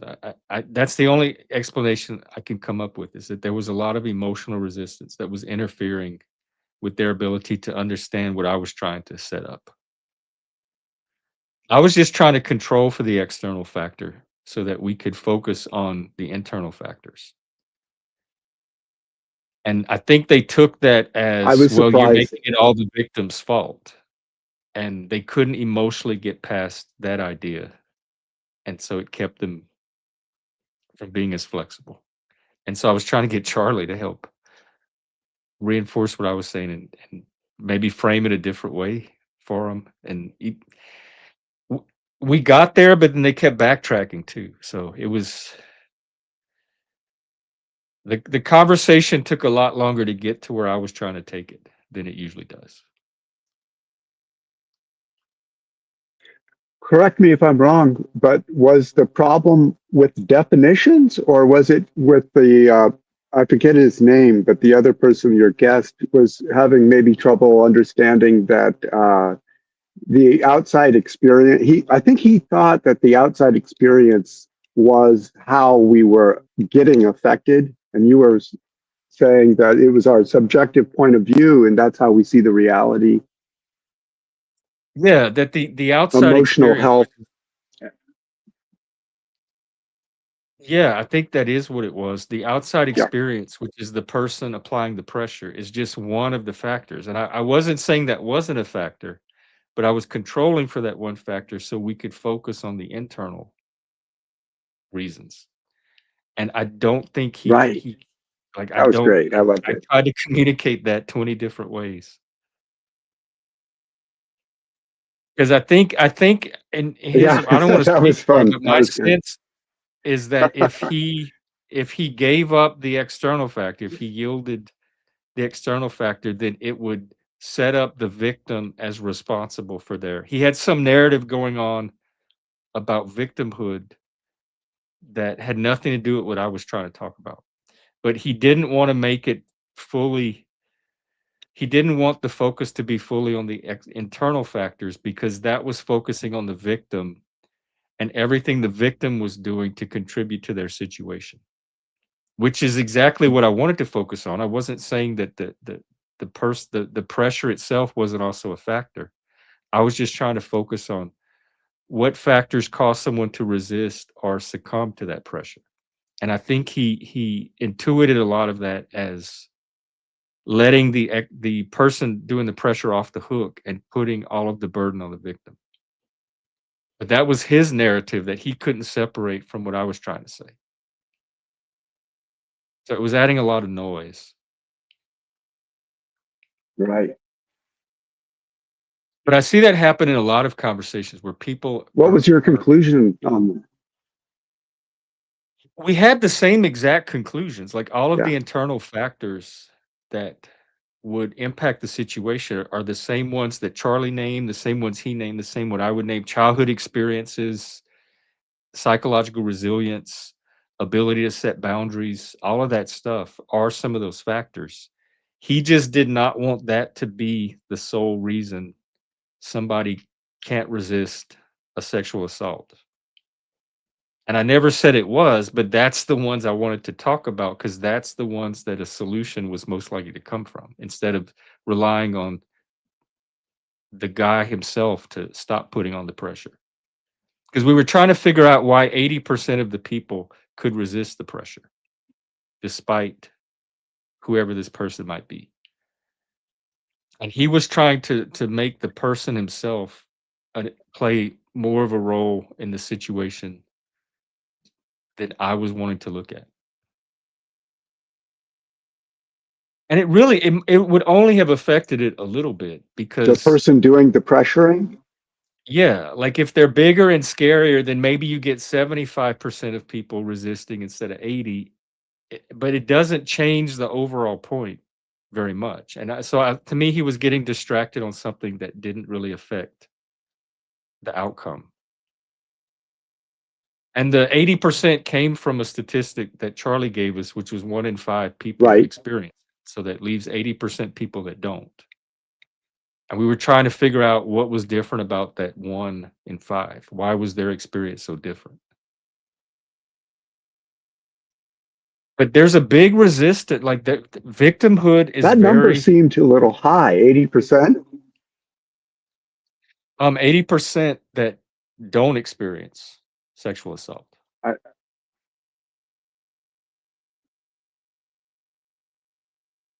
I, Or if yeah. they experience, Well, the only and reason I this thought was it was not, high is because I remember that experiment where they.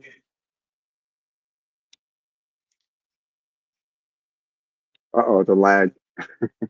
Okay. what experiment?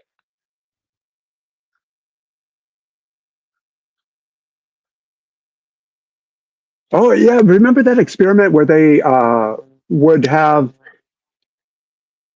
a person who said, if you press this button, you're going to electrocute a stranger, somebody you can't see that's in another room. Just a small electrical shock. But we're just following the rules here, and I have a clipboard and a white coat, and you're in the experiment, and I'm telling you that you need to press this button because the person that you can't see, who will be shocked, they failed a test, and your test is to now administer the punishment. And it was surprised me how many people would go pushing the button until the stranger was getting electrocuted to death. And so I wondered, and have always wondered since I heard that experiment, how many people would stand up for themselves. But you're talking about SA, and that's a little bit different. I mean, that's really, really personal and not a stranger that you're not affected by, that kind of thing. Would they see the person getting So I just shocked, thought it or was interesting. would they just think that the person's in the next room, or were they actually able to witness the shock?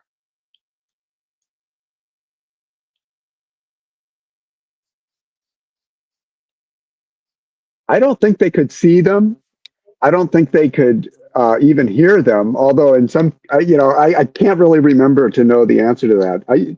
There's a small memory that says they could hear the person screaming, but I do remember that they were told as the electrical voltage was increased, they were told that a certain number of voltage would be the killer voltage, and they would slowly dial up that knob to that killer number and then pass the number.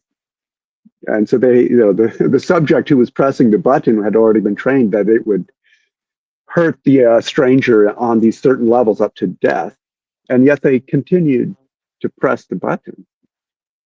And so I I got, don't think I would be my able to. faith in humanity was a little bit diminished. And then I heard your show, and I was like, 80%, my faith is restored. Oh, I don't think I would have been. I don't think I'd be able to press the button at all.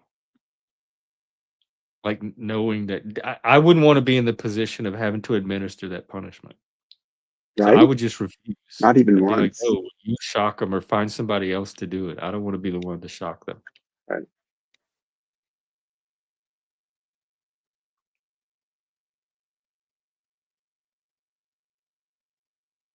You and me both. So Let me. this all made me think about this 80% number that you mentioned yesterday. And then what Sean, I believe his name was, your guest this morning, Yeah. he sort of doesn't have faith in humanity. Maybe 30 minutes ago, you guys sort of mentioned that, and you were on the positive side, and I am too, Jeff. I was encouraged to hear 80% would stand up for themselves, because I think that's how many people would stand up for the right thing if they saw something bad in front of their face. Maybe it does matter to see it right in front of your face, like you suggested. But I do. I have faith in humanity. Like, I would much rather have, here's where I hit politics a little bit.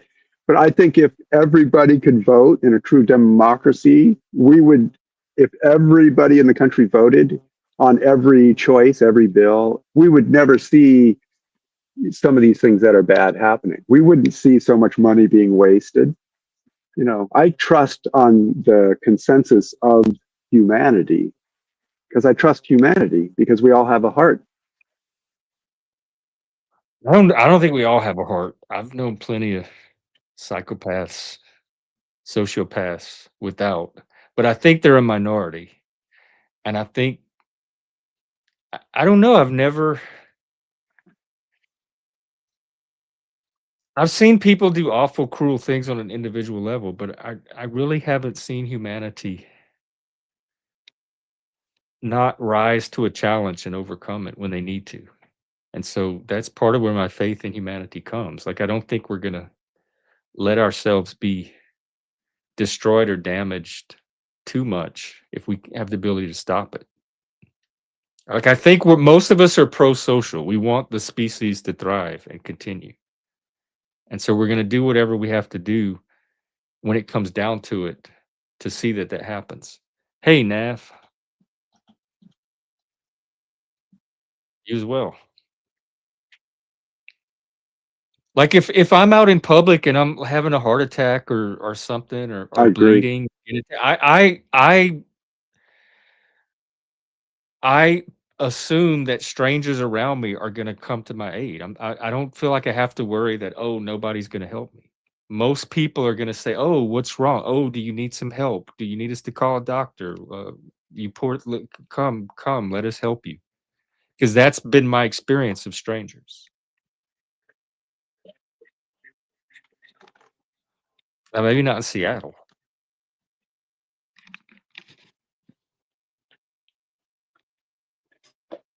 Me too. Yeah. I was listening to when you said that story of people walking and they won't get out of the way. Oh. I can relate with that. My worst experience of that was in West Seattle of my entire life. For some reason, Seattle has a problem with this. I don't know why. It's the weirdest thing ever. There was a woman too. I was in a grocery store, and it was a really narrow aisle for a grocery store. And she had a cart, and I had a cart, and she wasn't going to let me get by. She was using the whole aisle. And she was so aggressive about holding her lane that I was shocked, that she wasn't sharing the space. And then we bumped carts, and it was a whole thing. And she got mad at me. And I'm like, what is going on here in this crazy world? That's something why I why can't do tell that you to how many somebody? times And that all little I could, chicken it's been about 3 or 4 years since that happened. And I think about it a lot. And I think the reason she does that, the what? Are you there? Hello? I didn't hear you. Oh, no, I didn't say anything. I think it's that lag. Can you hear me? when it happened to you, did you move out of the way?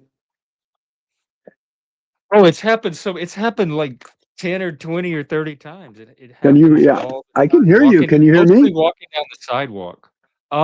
At first I did Can because you I still was hear? a newcomer and I'm polite, but eventually I just kept walking to see who was going to make the first move.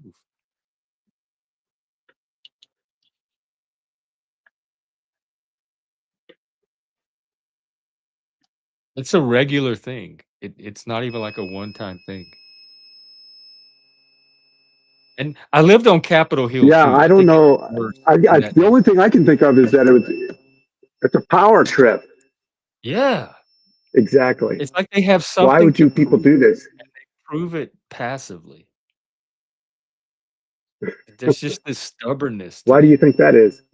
I don't know. Um, I- they seem very they seem very resentful of anything they perceive as power.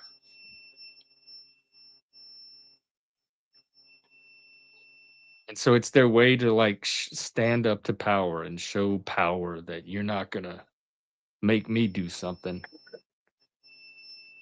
And that's just a And guess. I have me no and you walking.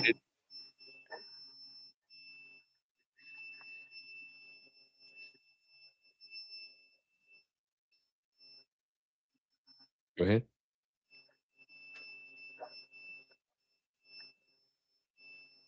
It's crazy. I can't understand it. I Doesn't. can't either. I've never seen anything I like think it. it's got to be a power trip. And that tells me that the person who's doing that feels small.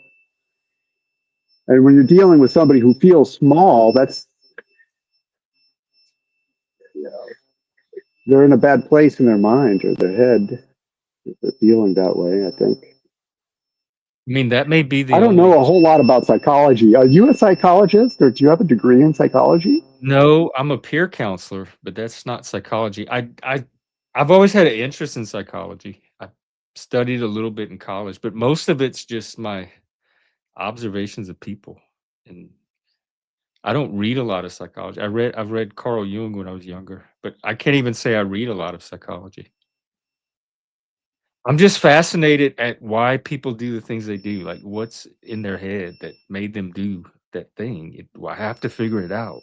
And so that's where it comes from. Even as a kid, I was fascinated by why the people around me were doing the things they were doing.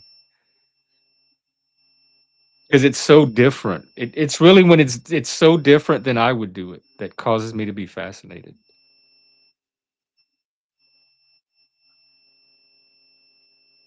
Yeah,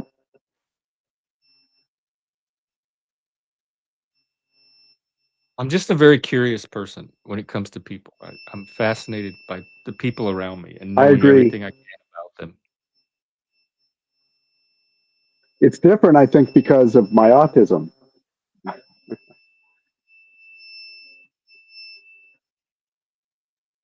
How does that play into it? That's the difference between you and me. I have a curiosity, but I don't have the ability to be very good in social settings because of how does what play? Oh, the What's that? autism. But oh, I'm the same way. I don't think I'm that great in social settings either. Uh-oh, the lag. I'm I'm very socially awkward. I'm a social disaster. But I just do it anyway. I don't care though. Like that might be the difference is I don't care if I'm socially awkward. I'm gonna still try to talk to people anyway. If it gets weird, it gets weird.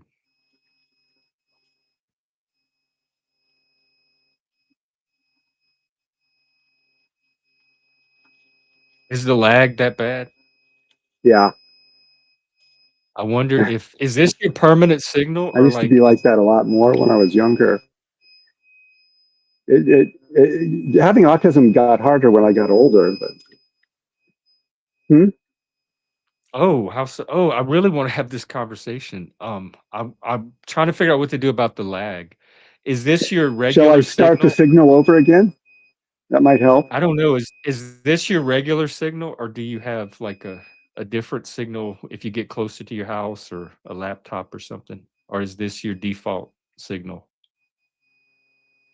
Unfortunately, it is. Definitely want to have this conversation. How do we do it? It's my default signal for this morning. But I'm Does it charging get the better? phone, so I think I can. Yeah, me too. I can move the phone. I can move the phone in a minute after I get a couple more electrons in the battery and find a better location, I think. Oh, okay. You're But charging it right uh, to now. Your fix the avatar lag, do I just have came. to come back in and get back out? I Not mean, out usually. and in? Not usually. If you're able to move it to a better Oh, there it place, is. Oh, um, usually it just adjusts on its own. Sean, are you talking oh, about now turn I off can my see the screen? lag. Because your avatar just came on. It wasn't on before. So that might be an indication this. Ooh.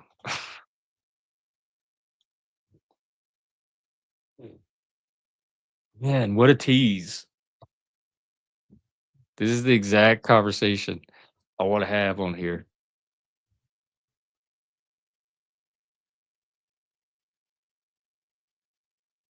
Well, we'll see if we can get the signal back or something. If not, we'll figure out another way to do it. Maybe by phone.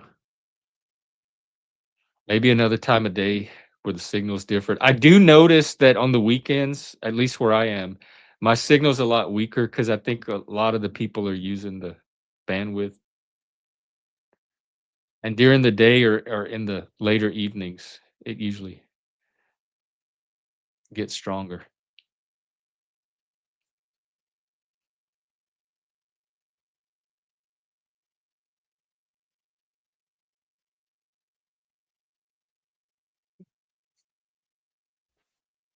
Okay, we're gonna try again. Welcome back. Thanks for having me back. Is that pinhead Zippy? Hey, I love you, Jeff. That's it. You're the first person to get that in 3 years. Oh, really? I don't know how I know him. In the back of my brain, I remember him from somewhere. You must have read the newspaper at some point. I mean, he's Zippy very was like distinct. he's not he's a hard guy to like. Zippy, not everybody likes him because he talks philosophy in his cartoon strip. I mean, Zippy, the character, he's basically an alien on Earth, and so I relate with Zippy. I think the way his mind works is how my mind works. Oh. So that's why I used him. And I'm kind of hoping the creator of Zippy will contact me and say, hey, stop using my, logo and stuff like that. And then I'll be able to have a little advertising around that. Maybe meet the guy who created Zippy. I don't think it's going to work though. Bill Griffith, his name. Excellent. Oh man. Yeah. He's surprisingly though, he's not my favorite. Doonesbury was my favorite. Trudeau. Hard Gary to beat Trudeau. those guys. Did you read cartoons a lot or the comics? I remember The him. I newspapers? wasn't that into comics, but I had friends that would send me comic strips through the internet now and then. And so that's mostly where I've gotten my comics from. But it's been years since I Yeah. looked at a comic. Calvin and Hobbes, two Yeah, philosophers right there. remember them. We used to sell those books when I worked at the bookstore, the Calvin and Hobbes books. They're very popular. Oh, how lucky. Far Side.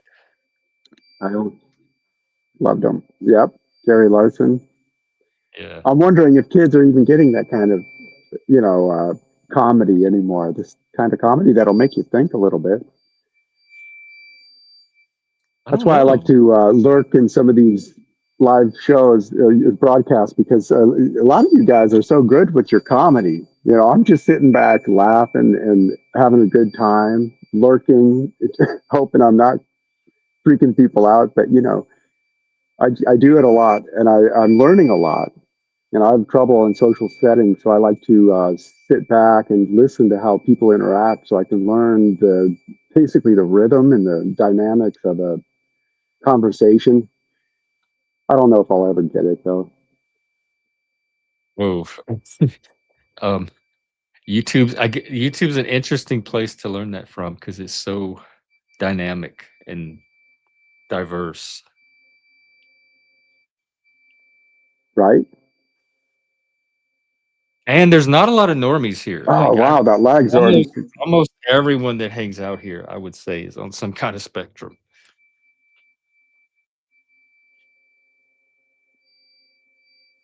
I agree. The lag does seem a little better. You were talking about the autism presenting more difficulties as you became an adult.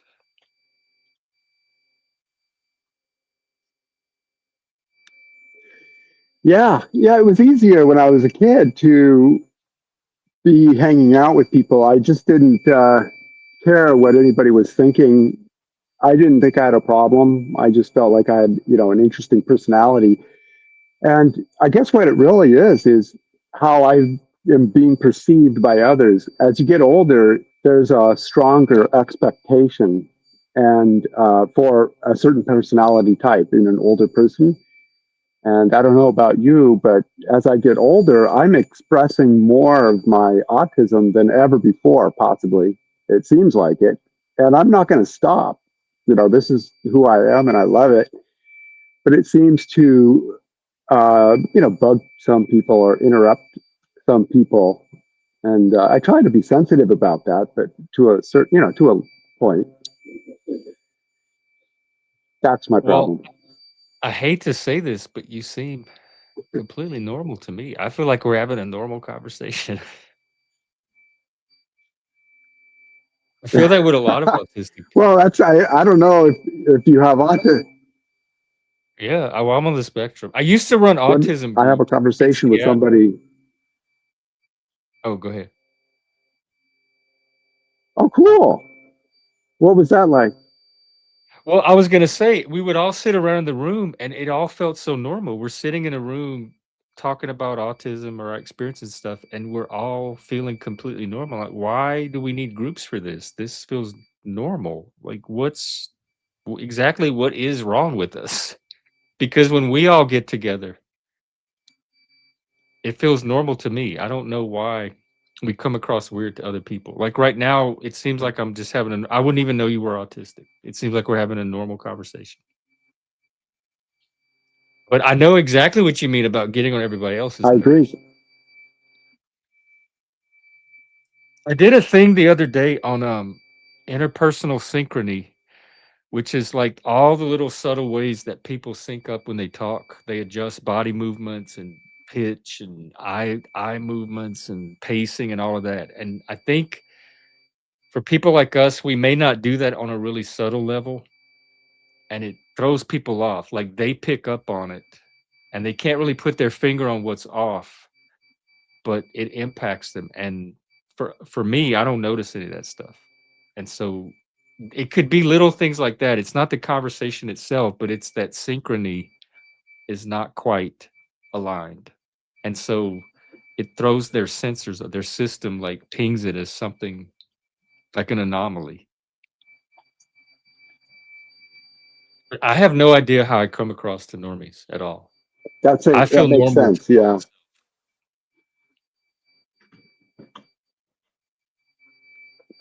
I've always been weird. My family thought I was weird. My Well, correct siblings, me my if I'm wrong, but I have a feeling it seems like you are on a spectrum, a part of the spectrum that they used to call Asperger's. And so we can fool a lot of people, and it makes us maybe even harder for people to connect with because they make a judgment that we're like them, and then they, after a little while, discover that we're different, and it freaks them out because they'd already made a choice or they thought they knew who we were. like they But take if us they as meet normal. somebody who's a little bit farther on the spectrum, they'll know right away that yeah. Yeah, like they have a it's called they have a word for it. It's called mildly autistic or passing, autism passing or something. And I wish I could find it. There's a guy out there that put together a list of all the challenges that people like us face where we're not quite autistic enough to be recognized as we're kind of in that gray area. And it's all these little subtle things that we experience as a result. I'm gonna look for that list and maybe post it. Technically, I they weren't diagnosing it when I was in school, but if they were, I probably would have been diagnosed with something called PDD-NOS, which is a catch-all category for those that didn't fit into Asperger's or the other types of autism.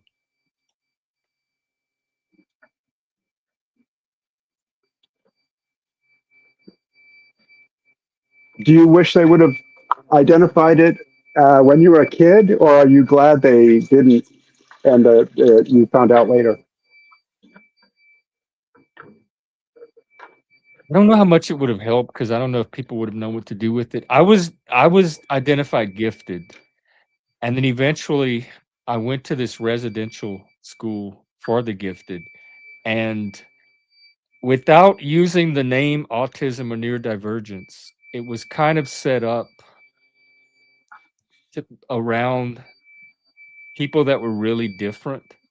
And so because of that school, I was able to kind of get normalized and socialized, but they never explicitly identified it as autism or ran any specific autism interventions. So I wonder if they had known about autism now, if that gifted school, if it would have like helped them do even more with me than they were already able to do very well. But like my mom to this day has no clue what it means. Like she knows that I'm on the spectrum, but in fact, she's the one that called me one day and she said out of the blue, she's like, "Jeffrey, have you seen that show The Big Bang?" I'm like, "Oh Lord, I already know what you're gonna say. There's a character on there called Sheldon. That is you." And so she knew that there was something about me growing up. She just didn't have a name for it. And then when she saw The Big Bang and learned that there was this word autism, it gave it a label, but she still doesn't know what it is or what to do about it or anything. So I don't know if knowing the condition would have changed anybody's ability to interact with me any differently. I still don't think it does. That's why I don't find it that useful of a label. I prefer to focus on specific traits and how they're impacting my interactions with people or my life. But I can tell people I'm autistic all day long, and that doesn't mean they're ever going to know what to do as a result. That sounds smart. I don't bother with employers. I don't bother with accommodations, any of that, because neurotypicals don't know how to accommodate any of it. I just self accommodate.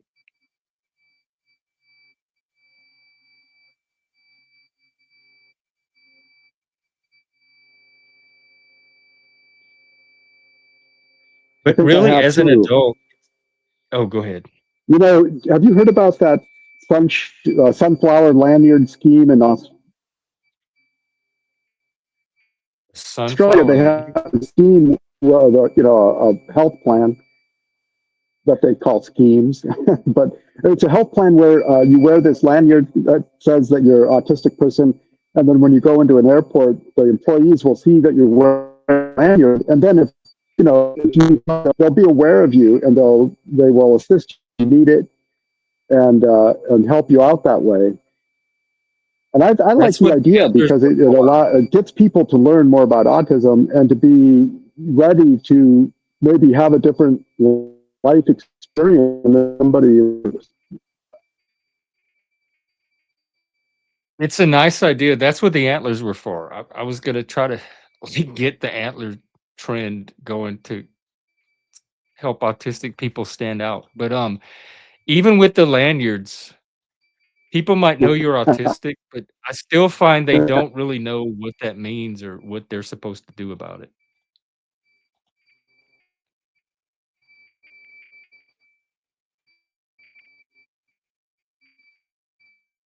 So all I do as an adult is try to find people that I can have conversations with where it doesn't seem to Stay get in the way. trained, you know, yeah. Ooh, you're cutting out really bad.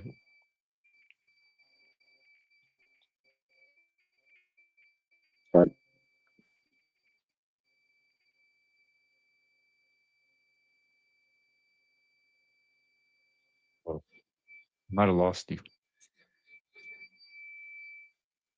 Hello, hello. Sorry about the lag, Jeff. It's killing our conversation. I'm gonna move No, and see if I can find an even better spot. I wonder if does StreamYard have a thing where you could call in by Hello, telephone? If can you hear that me would make a now? difference. Talk a little bit. Can you hear me now? Yeah, I heard that.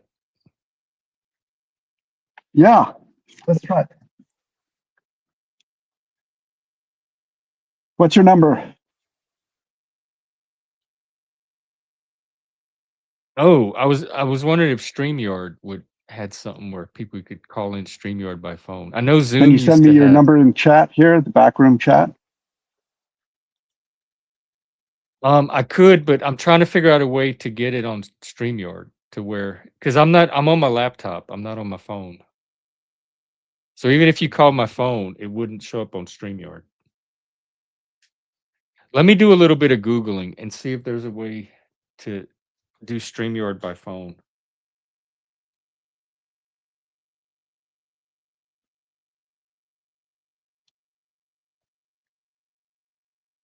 How to create a call? Let's see. I've seen other streamers do it. I don't know how to do it though. It says you need a VoIP service or a virtual audio mixer. Oh, you need both. Oh, it's very complicated. I'm There's a way gonna to do go it, out and come but back it in. involves all kind of technology.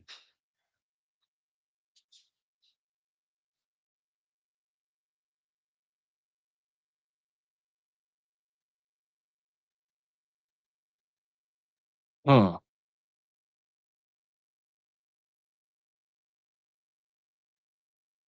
Are you in the area? Oh, he left. He dropped. I wonder if we could set up something in person.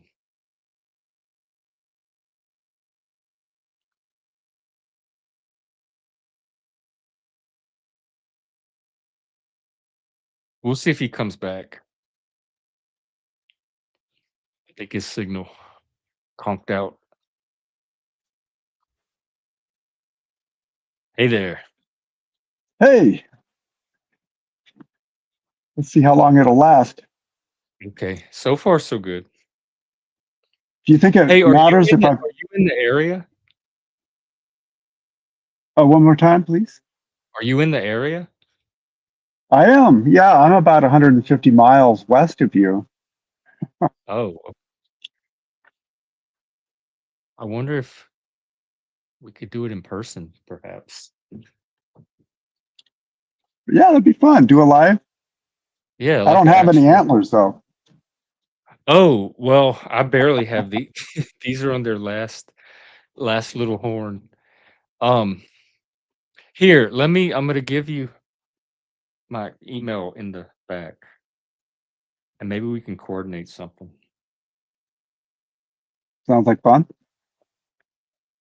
Okay, there you go.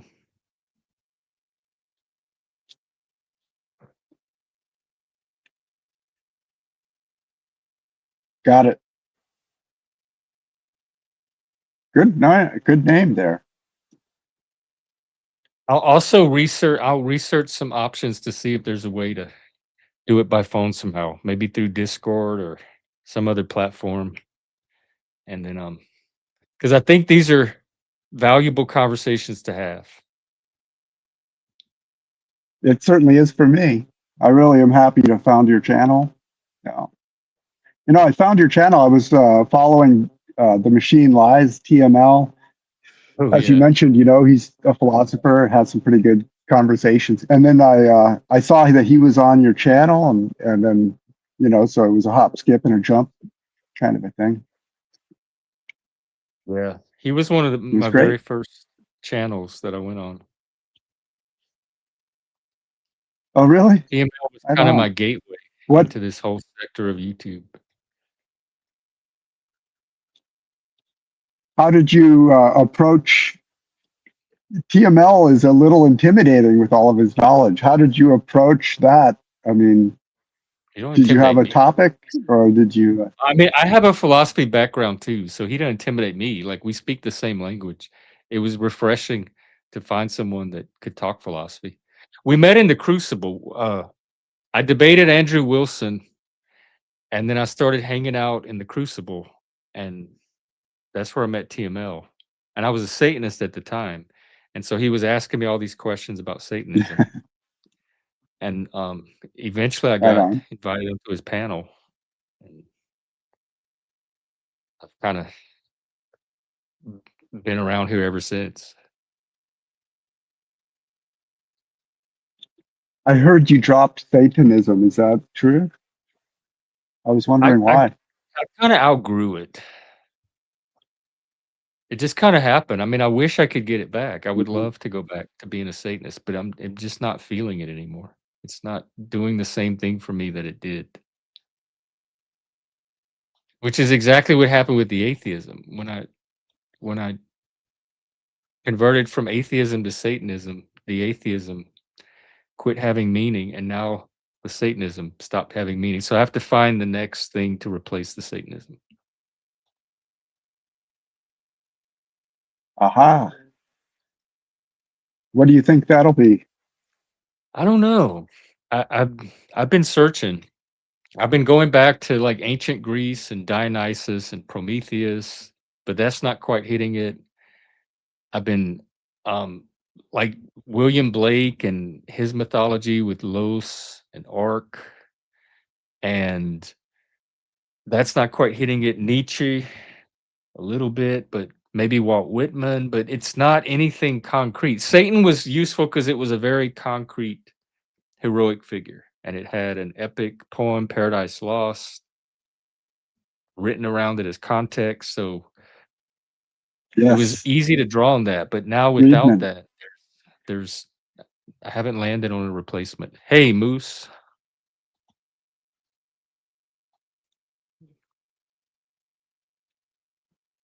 I But I haven't read need all some. of Paradise Lost, but some of the highlights pretty good.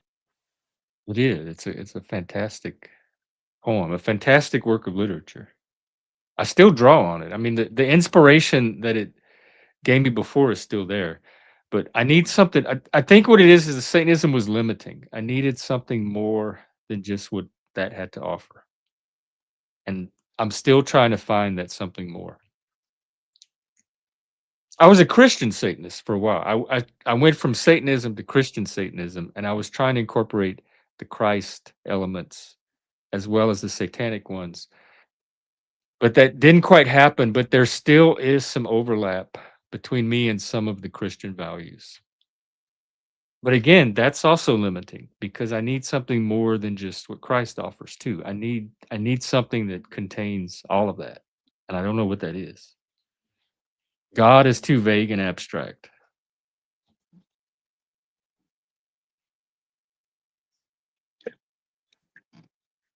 Well, with the fear of sounding like a, a book reader, I have to throw it out there that the Tibetan Book of the Dead changed my life.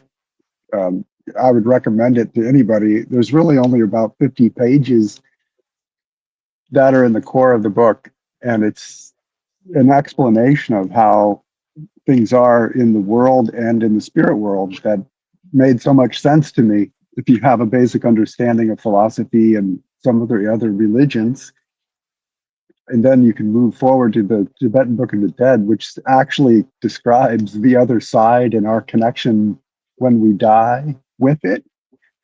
It's beautiful, and it gave me a lot of peace of mind. I don't know what you're really looking for, though. What are you looking for in a, religion, I guess? Meaning, meaning, some way to make Hmm. sense of the world and provide some kind of meaning in life. 'Cause I was an atheist most of my life, and Satanism gave me a taste of what was missing from atheism. There was, like, an extra layer of meaning that atheism just didn't provide, and having that little taste of it, I don't wanna go back to just plain atheism. It just seems sterile and barren. But, really, it all comes down to art, like, because even Satanism Atheism is interesting in its yeah, eh the lag. Yep. You were saying atheism was interesting?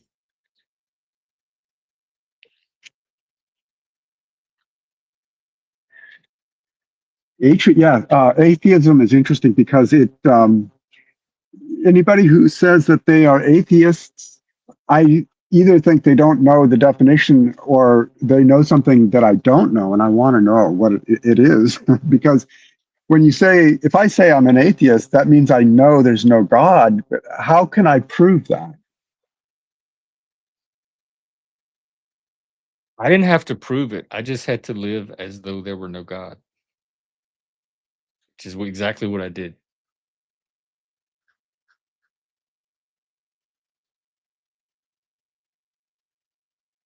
Like Good answer. Oh, I never thought of it that way. And so I'm a naturalist. I it's a don't believe moral there's choice. anything after Yeah. death at all. Hmm. And so that's what it was really centered around. I didn't have to worry about God or an afterlife because this world is all there was. So all I had to do is live in this world. And it was as simple as that. But Satanism showed me that it's Did that possible to affect? live in this world and still have an additional layer of meaning than just what naturalism provides.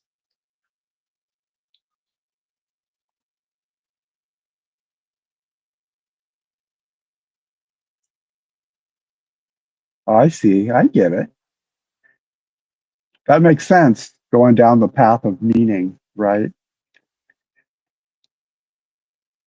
Yeah, I want my life to be as When you were an meaningful, atheist, exciting as did it possible. affect how you looked at the world physically or morally? Um, I'd say I was always like kind of secular humanist in my morals. And I was raised Catholic, so most of my morals come from the Catholic Church. And I don't have a problem with Christian morality at all. Don't steal, don't kill, don't hurt people, be kind, be loving, that type of stuff. I never had really had a problem being any of that. I don't find morality that hard. I don't struggle with a lot of moral issues. Did I can pretty much figure out what to do in the situation, like what the best did Satanism option. have any trouble with Christian morality? I didn't mind. I didn't, but I had my own brand of Satanism. I did not come into conflict with Christian morality. Christian morality may have come into conflict with mine because it was very That fascinates hedonistic me. and I, I, individualistic, but my hedonism did I not conflict with theirs.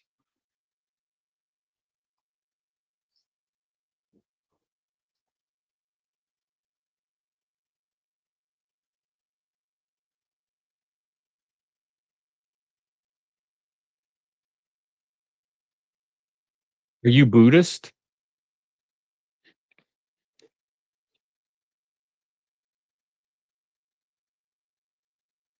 no, I was just wondering if the lag was going to catch up. It's interesting because most people think Satanism is going to be a person with no morals, and they're actually trying to go against morality. That's the image I have of Satanism. And so, watching you describing Satanism, you changed that point of view. And then I started thinking about the story, Satan, being a light, an angel of light, and how everybody has a role to play, and the yin and the yang, the dark and the light. It's really interesting to me to see all these perspectives. Yeah. It is. It was.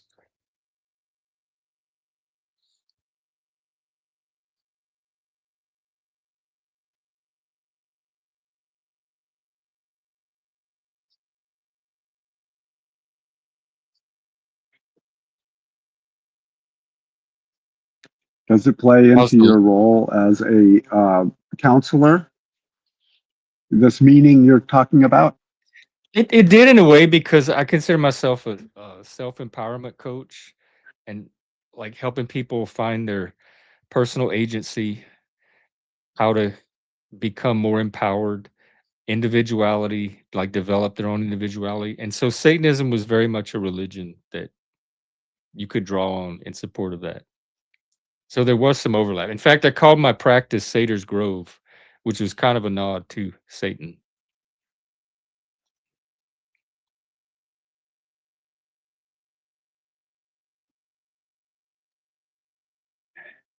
That's fun. What do you think about the bad connotations of Satanism? Maybe people who say, I'm a Satanist, and then they, step on pets or kill or harm others and stuff like that. I don't respect anybody that harms pets at all, Satanist or not. But most Satanists, I don't know any Satanists actually that harm pets, even the theistic Satanists, because I was non-theistic. But I did meet some theistic Satanists, and they weren't harming pets or out there doing anything really evil as far as I could tell.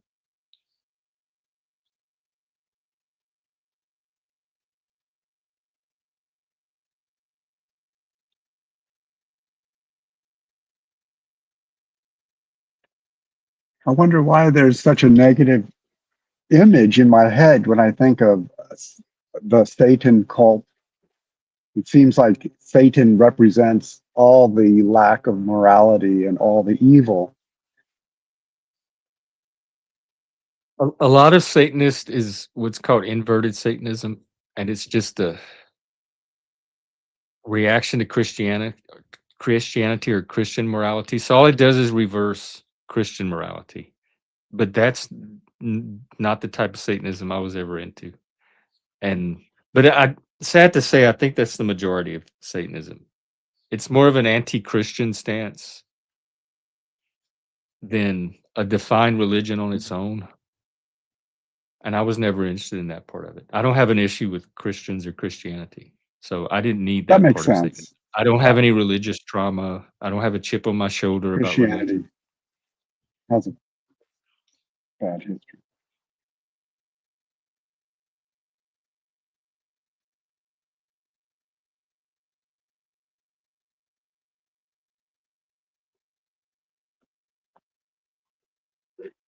How's the lag doing?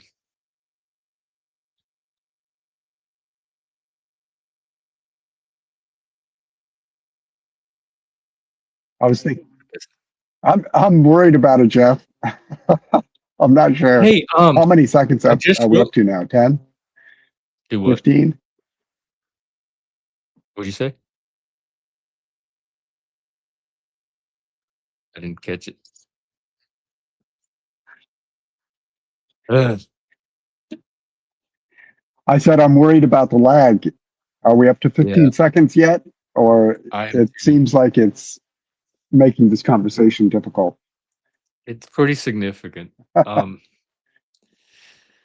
I don't know. You wanna try something else, like try to set something up for the future and try it a different way. We could do it by Zoom one day if you have Zoom, because I know that Zoom lets you call in, and I've streamed with Zoom before. Yeah, definitely. And I wondered,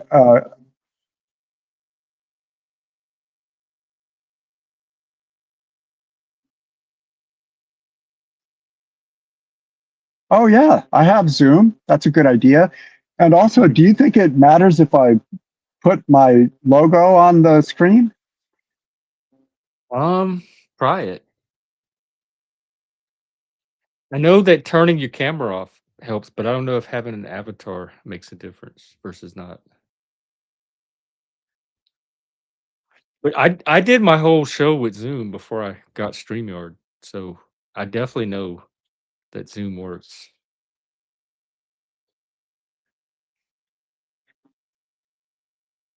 We could just set up a episode to do by Zoom instead of StreamYard, and I can send you the link. That sounds like a good one. Yeah.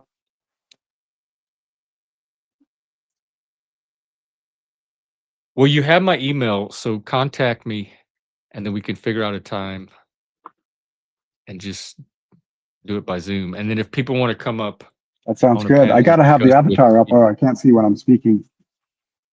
Yep. Oh, I see. Email. Hey, Eddie, what's up? We didn't do our thing. Our topic we were gonna do about how to be yourself, but be part of a community. Like what happens when being yourself clashes with the group?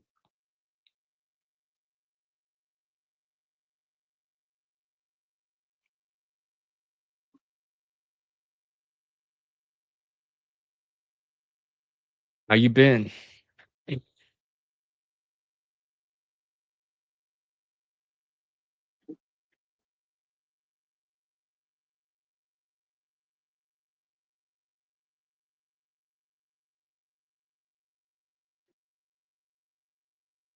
okay, you want to try for this Thursday?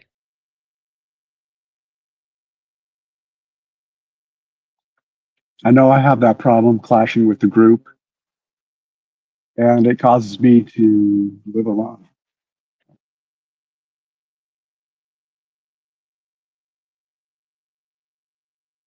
Yeah, me too. I'm kind of a loner. Um, More so since moving up here, but I move in and out of groups. Eddie, you know what? If you set it up, if you set up like the episode and send me the StreamYard link, I can set it up on my end, and Well, then cool. that'll I'm lock glad me I in. got to meet you.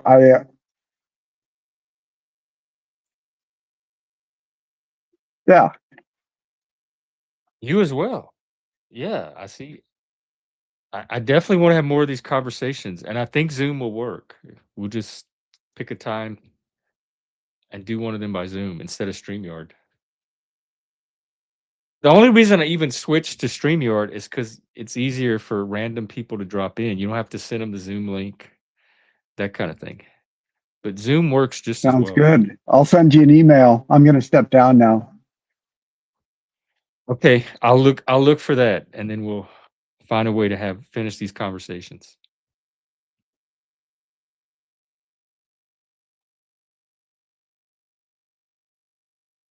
All right, that was a great chat. Great episode, in fact. I think that and Eddie, if you're on Discord, we can coordinate that way too. Gen X Jeff. And also auditing, if you're on Discord, we have a Discord. You can hit me up at that same name. Oh, here's Eddie. Okay. Hang on. Hey, What's going what up? on, man? Oh, not much. Just hanging out on a Saturday. How you Yeah, been? well,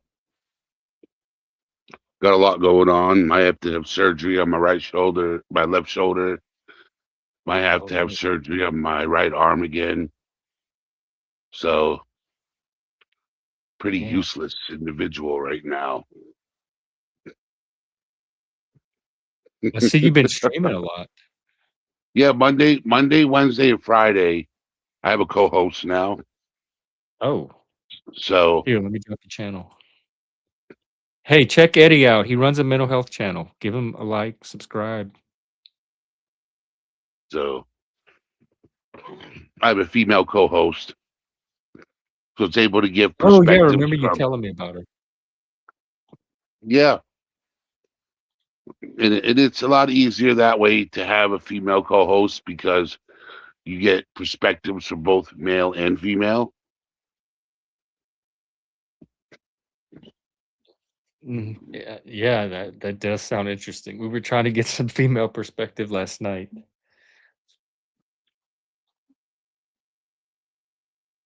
So,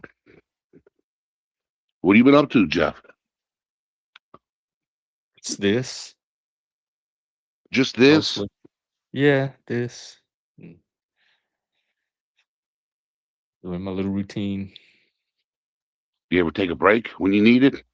I did. I took a probably over a week, a few weeks ago, and it was the best thing ever. I did not know how badly I needed a break until I took one. I didn't even know if I'd ever come back. I was starving for a break. I had burnout. I Sometimes had breaks are burnout needed. really bad and didn't even realize how burnt out I was. You know, social media can burn you out. Yeah. Yes, it can. And burnout can sneak up on you. Yep.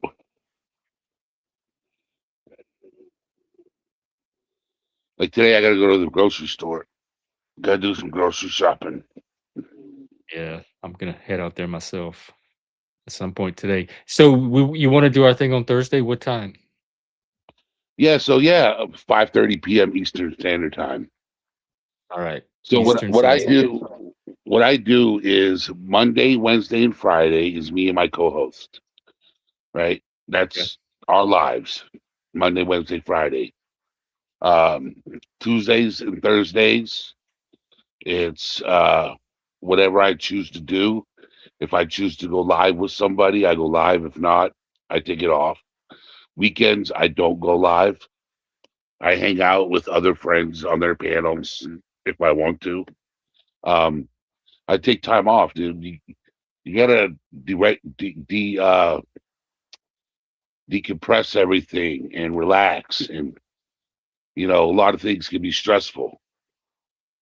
You know, so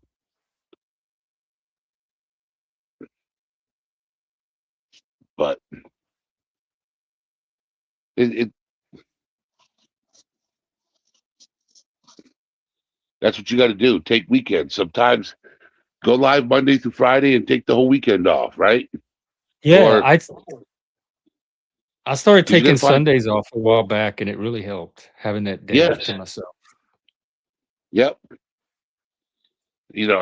dating yourself to wind down, decompress. Yeah, yeah.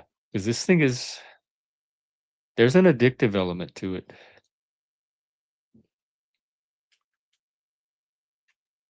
I was at my best when I had my job and I had a balance. I had real life. I had this. My life felt like it had more range to it, Why don't you and go it back to wasn't work, find limited to another just job, one thing. To what? find another job. Oh, I'm looking. So any prospects? Nah, I just started putting it at. I'm really just looking for gigs. I don't want like a commitment type job like I had before. That was way too much. I don't want anything full time for sure. I just want to be able to pick up gigs here and there when I need to, or something very part time. Do you have a people ready where you live? What? A people ready. No, what is that? It's like you ever heard of labor ready? I heard of like places like Manpower. Oh, there's a labor ready. Oh, it looks like there might be a people ready. Hang on. Yeah. So people ready is a temp agency, right? It's like, say for example, you want to go to work on Monday and Tuesday. You go work Monday and Tuesday, take the rest of the week off. This might be perfect. Yeah, it's a day service. It's not like a weekly job ticket, or you could get lucky and get a job for a week and then, you know, not work the following week. Yeah, that's all I need. Like something I can just do when I need money. Yeah, that they do. Hey, it looks like they do have one in my city. There you Wow, go. Eddie, thanks. Yeah, I've had a lot of my jobs through temp agencies. yeah, it's called people ready. Oh. They're different than temp agencies. They're day laborers, right?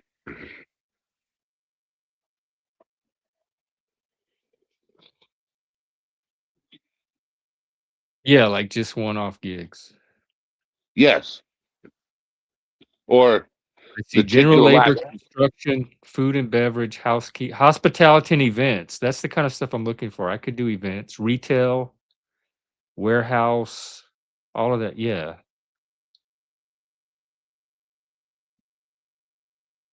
There you go, man.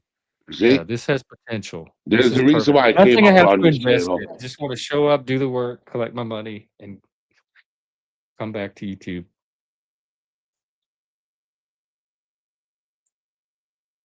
There you go. See? I came up here for a reason. You did. And to set up our episode on Thursday.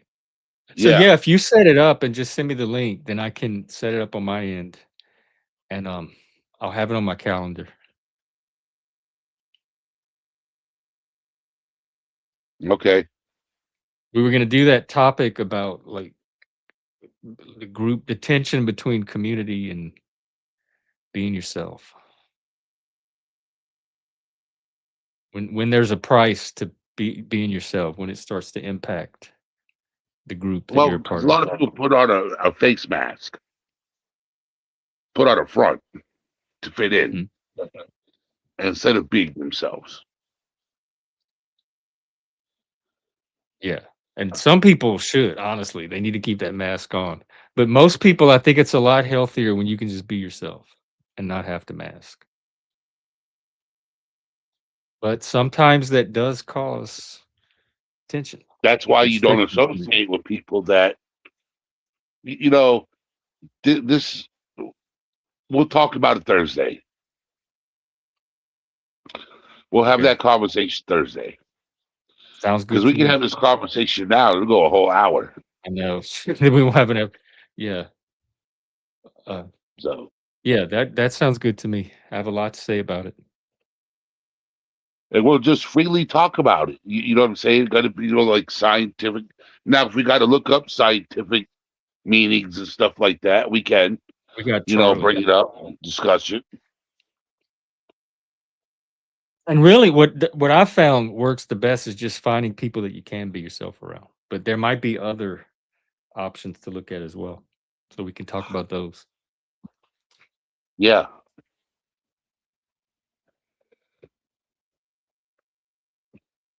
But I just wanted to come up and touch bases with you. I'm glad you did. All right, I man. hope you're You take care. I'll hope you're talk to you later. I'll set up the okay. stream. Hey, are You're in you on Discord? Discord? Yeah. Are you on Discord? Yeah. Okay, Gen X Jeff. And I'll send you an invite to our server. Well, you can find me a lot easier. Well, the thing is, Let me look. Let me get you right now. Add friend.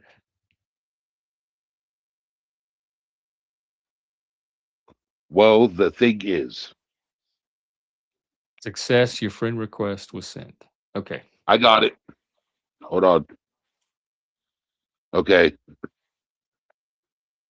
I'll accept it when I get off here. Okay. Sounds good. I'm not on my computer. I'm on my phone. Oh, okay. Yeah. So, all right. And I'll accept it as soon as I get off here, and then yeah. All right, bro. It was nice talking to you, You too. and we'll go more in depth in our conversation on Thursday and next week. Okay. I'll be there. All right. Take care, everyone. Take care. Ciao. All right. That's our show for today. I'm gonna head to the grocery store myself. Um, I'll be out tonight panel hopping. The International Pub is open. You can hang out there. They have an intelligent conversation. And otherwise, I don't know if I'll be out tomorrow or not. I usually take Sundays off unless I get a hair to stream about something. But otherwise, I'm gonna be out Monday doing some more topics. We're gonna do one on listening, the different levels of listening, and all the listening is very empowering. It's not just a passive activity. There's a lot you can do just by listening. So we're going to look at that Monday. Hope all of you have a great weekend. Maybe I'll see some of you around tonight. And keep being cool. Talk to you later.